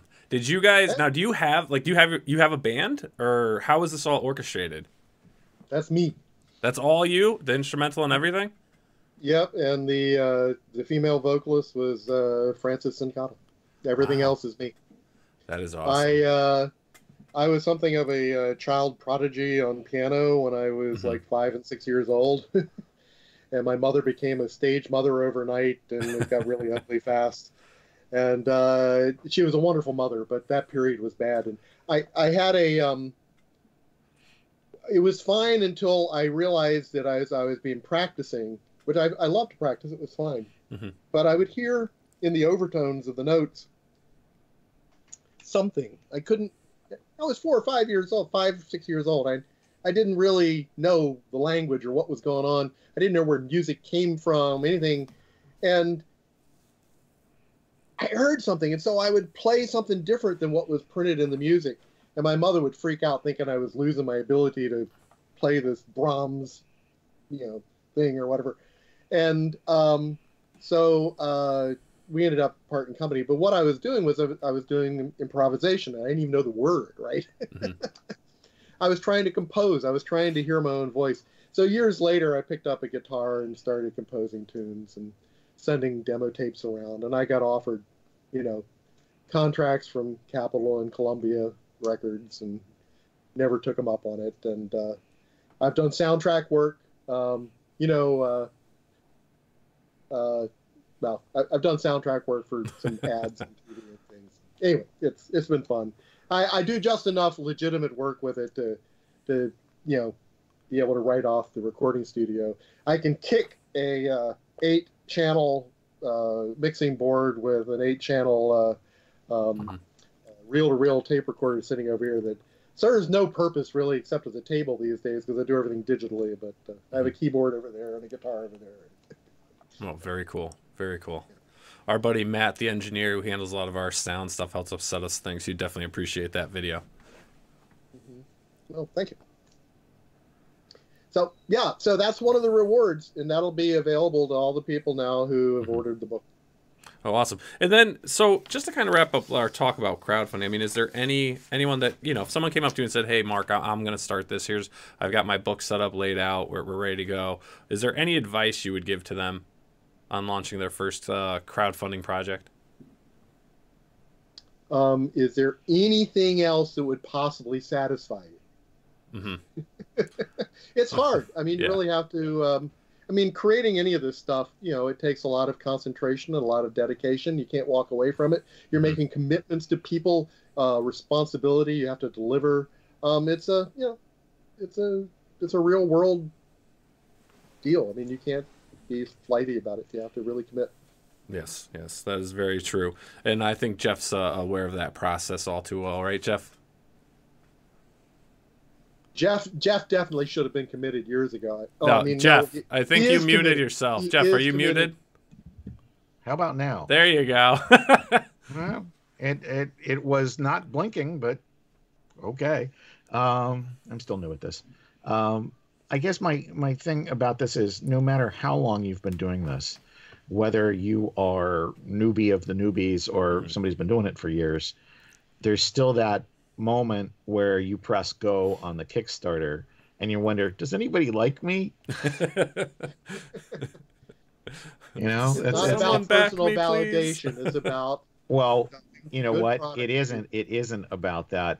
But once you've got the work in, once you've got the book ready, you do want somebody to get it, and you do want somebody to see it. And the truth is, I do get to that point where I don't care if more than one person really gets it, and I hope they do. I mean, it's not called a failure stuff. I want the book to succeed wildly when I do something, but at the same time, you got to care about it enough that you don't care if it's like this mega hit or something like that, because if you don't care about it that much, you really get in another business. Yeah. The work has to be satisfying in and of itself. The rewards are never guaranteed. Yeah. And then, Mark, we've got Windy Pulp and Paper Convention. Would you like to talk about that? Yeah, Windy City Pulp and Paper Convention coming up this coming weekend. I'll be setting up the art show for the Swords Against the Moonmen book there at the show on Thursday. And Friday, it's open to the public. Friday, Saturday, and Sunday, I'll be there at the show. And the author of the book, Christopher Paul Carey, will be there with me. We're going to have a panel together, and there's a lot of other great things. Another art show, auctions of amazing pulps, probably the largest selection of old pulp and new pulp and original art that you'll see of that type here in the United States each year. So. Okay. And do you like your orange juice with pulp? Ba-dum-bum. I love pulp. I have a question about pulp. One of the great introductions I had to pulp. I knew the Shadow and I knew some of the other ones, but one of the great introductions I had to pulp was when Insight Studios guys got together and did Titanic Tales. Oh yes, yeah, Titanic. And given your, and you had a lot of contributions from various people on that, but there was also a lot of Mark Wheatley work in that book. Given that, well, it was just a graphic novel and a short story and a couple illustrations on a cover. I didn't do anything other than that. Yeah, and a great spider story, and then some that was like done in comic form, and just killer stuff. I mean, it was really cool, and it made me go look at it. It made me go look at pulps in a whole new light, and so that's one of the things I cherish about it. Have you given any thought into doing a new one since you've been? I mean, you are immersed in the pulp world. Have you thought about doing that again? I've thought about it. I thought about it a lot back in the day, shortly after we did the first one, and then it's kind of like drifted away, and other projects have taken its place. But recently, there has been some discussion of such an idea. No, I think I got to say, it's the kind of thing that geeks me out, and I'm sure that we could make hundreds of dollars with it. Yes, I think we could. And the first one made $280. I didn't know that. Yeah, and we had a lot of people on that project. Oh my gosh, I told them we would have to split $280 between everybody that worked on the book. They said, "Keep it. Let's have a party." Just buy the beers. Yeah. All right, guys. So we've got a couple call-outs tonight. Oh, yeah. Crowdfunding call-outs. So I'm going to bring us over here. To start off, in honor of our fantastic guest host tonight, Mr. Jeffrey Vaughn, we have his Vampire PA. There's 5 days left, guys. So if you get a chance, the link for this is going to be in the description at the end of this video. It's an amazing book. Jeff, I'll let you take it away from here. No, wait. Let me say something first. All right. I want to say something here. Jeff is one of those writers who can make a serious story fun. I mean, it's a real talent to be able to tell a story that can be frightening and horrific, but at the same time be a lot of wonderful fun. He's got a great sense of humor and wit, and he brings it to bear. His writing on vampires is just wonderful. Of course, I love his zombie-proof book too. He's just it fits his sense of humor perfectly. But it's not a humor book. It's serious story that is fun, and that's what's really cool about it. Thanks, Mark. One of the things I think that there's humor in most situations, some of it off color, that just it's how I persevere through adversity is making fun of the situation when everything in my body wants to scream out like stop, and I think that the real thing about it is that's my, if I don't mean to be really bold about it, but it's my approach to life, which is I'm blessed with great friends. I love what I do. Most people, if they have a day job that they like, it's incredible. I have one I love that's in the comic book field, and yet I still want this outlet of doing comics because this is stuff in me that's trying to get out. And Vampire PA it was a miniseries that I did with Brendan and Brian Frame, our artists, and very, very exceptional storytellers. And one of the things that lucky, I mean, this is just when we talk about networking and knowing your friends and things like that, I called Mark to see if he had an assistant who could color it, because I knew that if I got Mark's assistant, I would get Mark's eyes. And Mark was never going to let anything leave the studio that looked like crap. So that was my idea in calling him. And Mark had a hole in his schedule, and for Pete's sake, I get one of the guys who, first off, on production things, my single biggest influence is Mark, and on storytelling and on all these other things. This guy, Mark's been a real mentor to me, and here I am, and he's willing to color it. And then he does our first cover, which, Mark, if I recall, that was the first, when you made the transition to digital, that was the first piece that you were happy that you had reached your level of painterly talent with on the digital side. Is that right?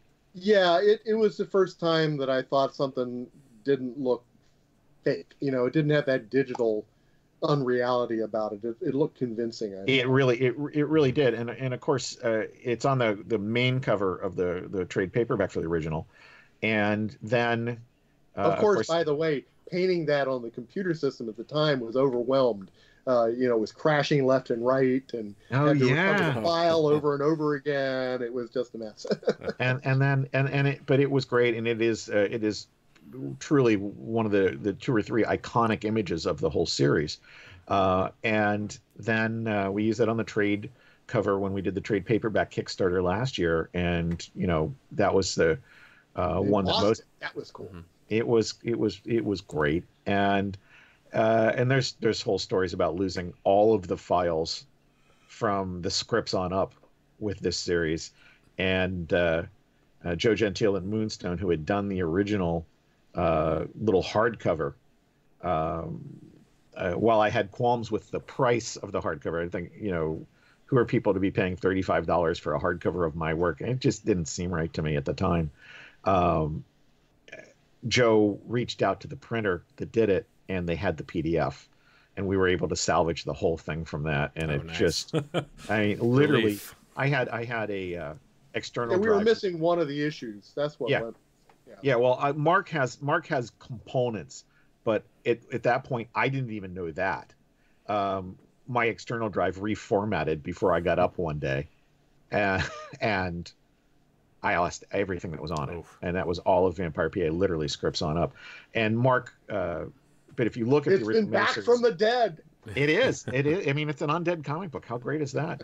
And then the really terrific thing is Mark's tone that he set on that was something that I was able to give as guidelines to the guys who came in to color it. But we also kept Mark involved on this one because Neil Vokes did this great variant cover for us that is What an amazing artist, yeah. An homage to the Hammer horror films. I asked Neil, take the elements that you love the best out of the Hammer one-sheets. And yeah, that's, you can scroll down to it there. And Mark colored this, and you can look at it, and it's just beautiful. And I love working with Neil. He's just a great artist. And Neil and I go all the way back to Blood of Dracula, right? Yeah. Yeah. Yeah. See? It all connects. It really does. And you know, you look at the guys who've come through Insight Studios, and you start, you know, you include Adam Hughes and Mark Hempel and Neil and just a crowd of guys with a ton of talent in varying ways, and much of it complementary to somebody else's talent in the studio. Great writer Alan Gross, and just tons of fantastic stuff. And so that I got to say, Mark did this, Mark created my logo, and just everything else in this book. How could I not be excited about it? Now, to carry it forward to Vampire PA Bite Out a Crime, I came up with this idea of the sequel, and I wanted to be able to tell it in a series of one-shots that all could stand alone. And so we bring back our main characters of Dee Dee and Dean and Scuba Dave and the evil vampire queen Jocelyn, who is always provocatively dressed, because when I was a kid, I just loved the fact that nobody talked about how weirdly dressed Vampirella was. And she, you know, I just love that because it's so absurd. Yeah. And even as a teenager, where you think Vampirella's hot and all that, you was still like, why does nobody say anything? and so have you read the because they liked it. No, it just came out. It's really very good. I highly recommend it, by Bill Shelley. Okay. And there's a wonderful section in there where some mother brings her kid up to the Warren offices to buy a missing issue of Vampirella that the kid wants, and apparently the mother's never really looked at this stuff before. Oh, and she's like, oh my God. And so she goes in to talk to James Warren, and he says, lady, now look at this. I was at the beach yesterday, and my girlfriend was wearing less than this. And he essentially talks her into being his biggest fan. That's great. You know, yeah. and the thing about it is, so Jocelyn has always showed up provocatively dressed, and you know, there's the characters make asides. Where could she be going in Dormont, PA, dressed like that? Right. And I just have fun with it. So she every could be time, at the beach. No, yeah, well, at night. Not so much in Dormont. But I always have people commenting on it, and so this time we wanted to give her a challenge because she's sort of the undisputed vampire queen, and we wanted to give her a challenge. So we've introduced Al Capone vampire. Do you mind if we show your Kickstarter video real quick? Do I mind? No. I knew.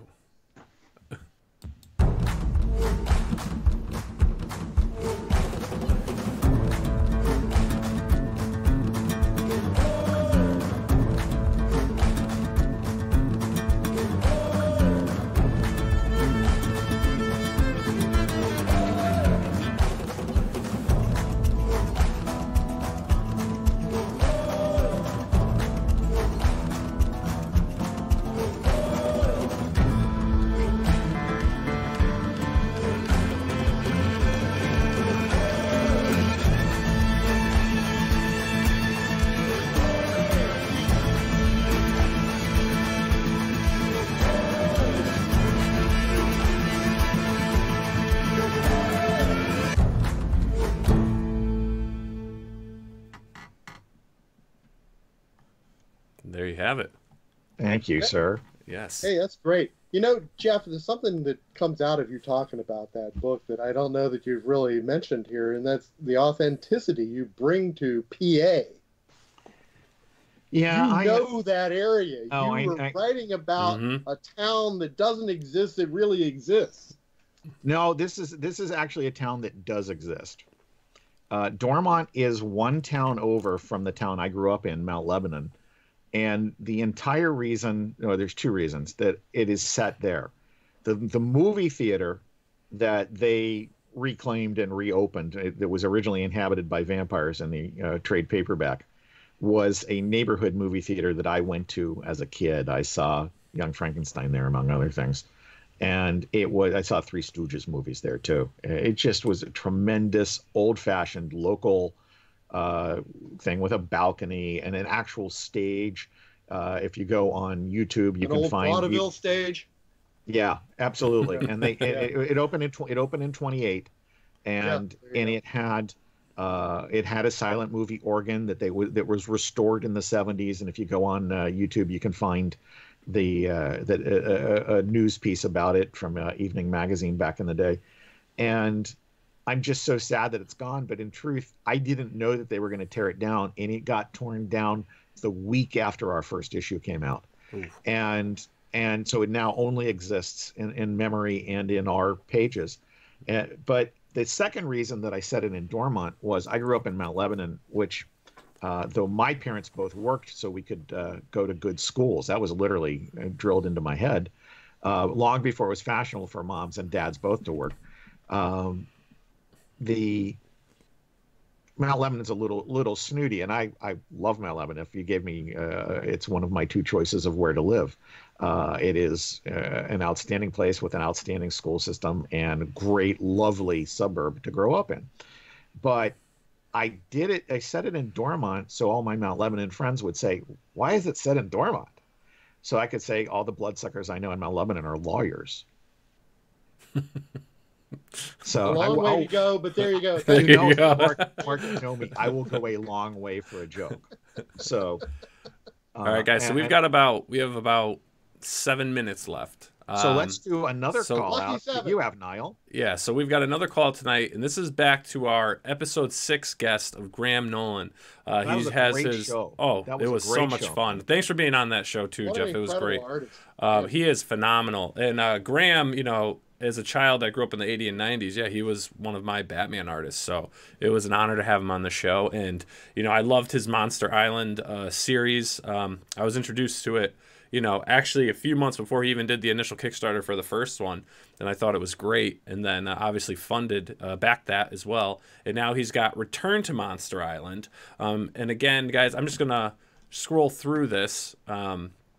So you guys can see what he has going on, but Graham is a phenomenal guy. Fantastic stuff going on. Oh, and Niall, do you have a link to the old video of you unboxing the first one? Because if people see the quality of that, they're going to support this one. Oh yeah, we'll get the. I'll post the unboxing video on the channel. I'll add it. I'll edit it up and I'll add that on there. Now his video is about 2 minutes, so if you guys don't mind, I'll play this one as well. Absolutely.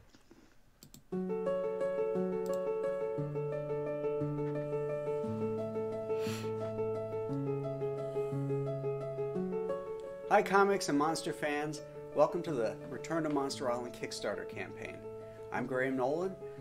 You probably know my work from my years of working at Marvel and DC Comics. I'm the designer and co-creator of the Batman villain Bane. I've recently partnered with my friends at Ominous Press to bring you the 20th anniversary edition of Monster Island. And thanks to all of the backers that supported the project, it was a great success, and we can finally bring to you the long-awaited sequel, Return to Monster Island. It's been 20 years in the making, and I think everybody's been patient long enough. Return to Monster Island is the long-awaited sequel to my original story, Monster Island. It's been 20 years in the making. I've always wanted to do the sequel and the subsequent sequels. This was originally an idea that had 4 story parts, and this obviously is the first one. 2 years have passed since the original adventure, and our heroes, Mac and Duke, are called back to action. When the Monster Island shows up on the Navy radar screens above the Bering Sea, it's a race against time to get there before the Russians. A group of aliens has taken over the island, and our heroes have to set things right before the island disappears once more. New characters, new monsters, and new dangers await you on the Return to Monster Island. Some of the great rewards for this campaign include Return to Monster Island in full color, a colorized version of the original Monster Island, commission art done by me, and lots of other great stuff. Thank you for joining us for Return to Monster Island. I hope you'll consider pledging your support to this campaign. I know with your help, it'll be a huge success.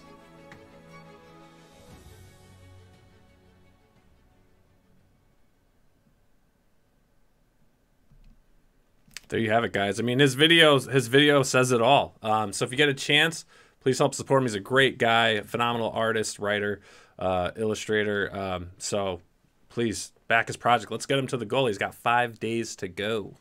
And it's got a ways to go. So definitely share this around if you're not on a spot to do it right now. One thing I want to say that I don't think we said through the show is, guys, if you haven't already subscribed to the channel, please do. And also like this particular show. That would be great. Yes, thank and you. I should say something too, and that is that you said share around.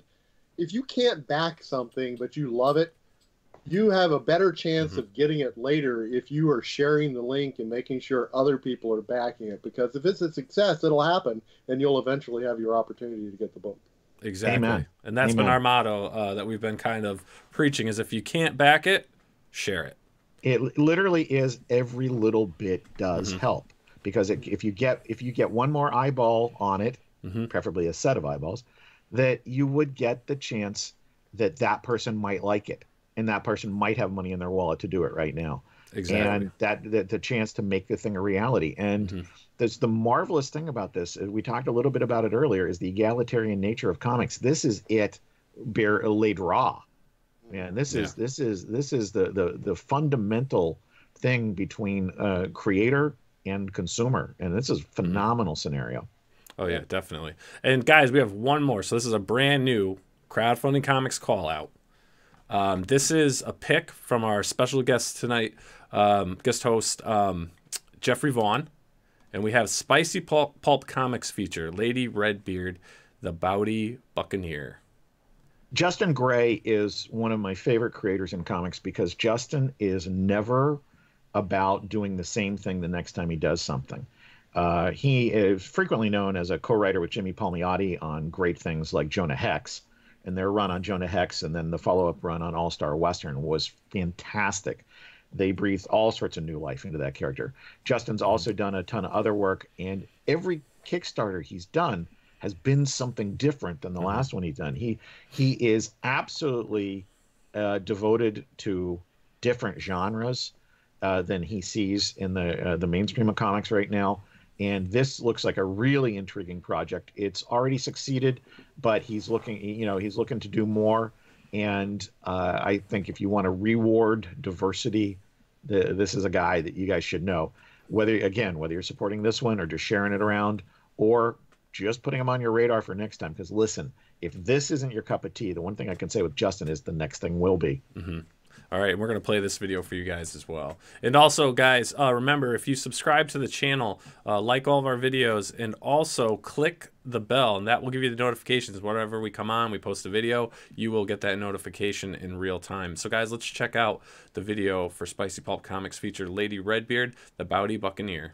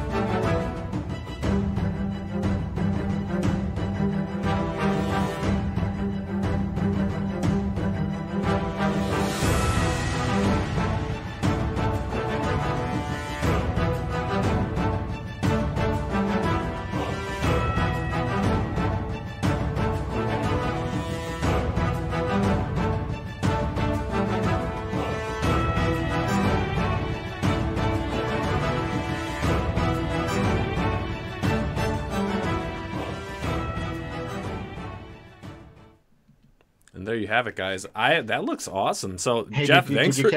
What's that? Did you catch John Brolia's name in there? Yes, I did. That is awesome. I'm going to have to back this. Can't do it live, though, because then you guys will get all my info. I want to say two things in closing. One, we should, even though it's doing incredibly well on Indiegogo, we should give a shout out to Billy's and John's Zombie Sama. If you guys haven't already backed that, it is a ton of fun, and they've John particularly, listen, Billy loves his this heart character, and soul, but John has worked on this for 2 years, and it's just now looking like he gets a payday. So I mean, that's commitment, man, and that's got to be rewarded. And the other thing is, I want to say that I, as a friend, colleague, co-worker, co-creator, have known Mark for pretty close to 24 years. I've been at the Price Guide for 24 years now. And, yeah, 24. It was 24 years on Thursday. And I've got to say that it was a thrill for me to get to interview you in front of other people. We have these conversations periodically. I knew some of the answers that I was asking. But I also, you told me several things tonight where I literally said in front of everybody, I've known you all these years and I didn't know that. So it was really great to get to share that. I hope people will come in and see your project and just be as mesmerized by it as I am. I will tell you, as a backer of Dr. Cthulhu and somebody who was proud to receive that, it was a hell of a package, but I'm actually more excited about this one because it's totally unexpected to me that I didn't know these guys for Pulp. And maybe we'll start a discussion about their writing that hasn't been seen before. Which is always challenging when you get people who are so thoroughly documented. Right. Now this is a whole new look at these folks. So that's it for me. Niall, do you want to wrap up? Yep, I have to wrap up with our last question for the night. And it's the question we ask all of our beloved guests. Do you believe in UFOs, Bigfoot, or ghosts? Well, considering the fact that I was an expert witness on a UFO documentary, I guess I do. Excellent, excellent. We have a special show, actually, me and Billy are planning, that's going to be pretty fun. It's going to be a late night special we'll have. So if you're willing to share your story... I got pretty big feet, too. Yeah. If you're willing to share your story, we'll have you on. All right, guys. Mark, do you have anything left? Anything else to say I just tonight? want to shout out to all my backers. They've been wonderful. They've all been sharing and supporting this all along. I could not do it without them. Here to the backers. Amen. All right, guys. We are going to close out tonight. I'm going to play Mark's video for his Kickstarter one more time. That'll be our closeout. And guys, thanks for viewing. Remember, if you have any questions, comments, please comment below. Subscribe to the page, like the page. Remember to ring the bell to get the notifications, and all links for everything we talked about today will be uploaded into the comments below. So please check it out and let us know your thoughts. Also, you can follow us on Facebook at Crowdfunding Comics. We're on Twitter and Instagram as well on the same handles. If you guys also, Mark, if you'd like to promote any of your handles, please do so. I'd have to think of them. Okay. You can follow Mark on Facebook. He has his pages as well. Jeff, do you have anything else before we close out? Not tonight, man. Thank you very much. It was a pleasure sitting in for Billy. Thanks for having me. It was wonderful. Always. I had a blast with you guys. And everyone have a great night. And here we go, fellas. Good night. Good evening. We'll miss you, America. Bum, bum, bum.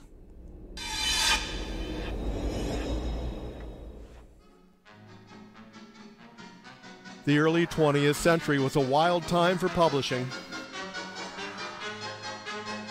Pulp magazines produced many impressive authors. Robert E. Howard, Edgar Rice Burroughs, H.P. Lovecraft. These legendary names have echoed down through the years, inspiring many more creators.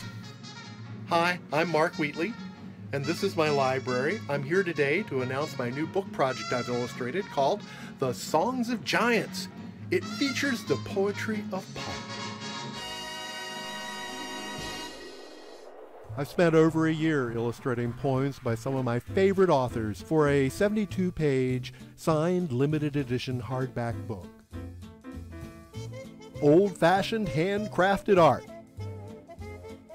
Page after page of illustrations ripped from the fevered brains of dead authors and my own crazed mind.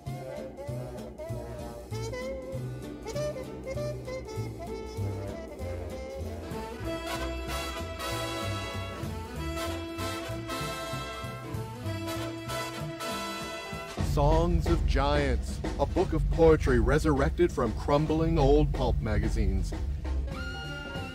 Each poem is a song of beauty, horror, and adventure, romance, fear, and journeys through the cosmos. Written by Robert E. Howard, Edgar Rice Burroughs, and H.P. Lovecraft. I have illustrated each of these amazing works with a fine line illustration style that is inspired by the early classic Golden Age illustrators. I have spent many hours living with these poems, and I have illustrated them in such a way that you will too. You will love the sound and rhythm and beat of the words. These are the songs of giants, and they will inspire your own imagination. I know this to be a fact, because these songs of giants truly inspired me.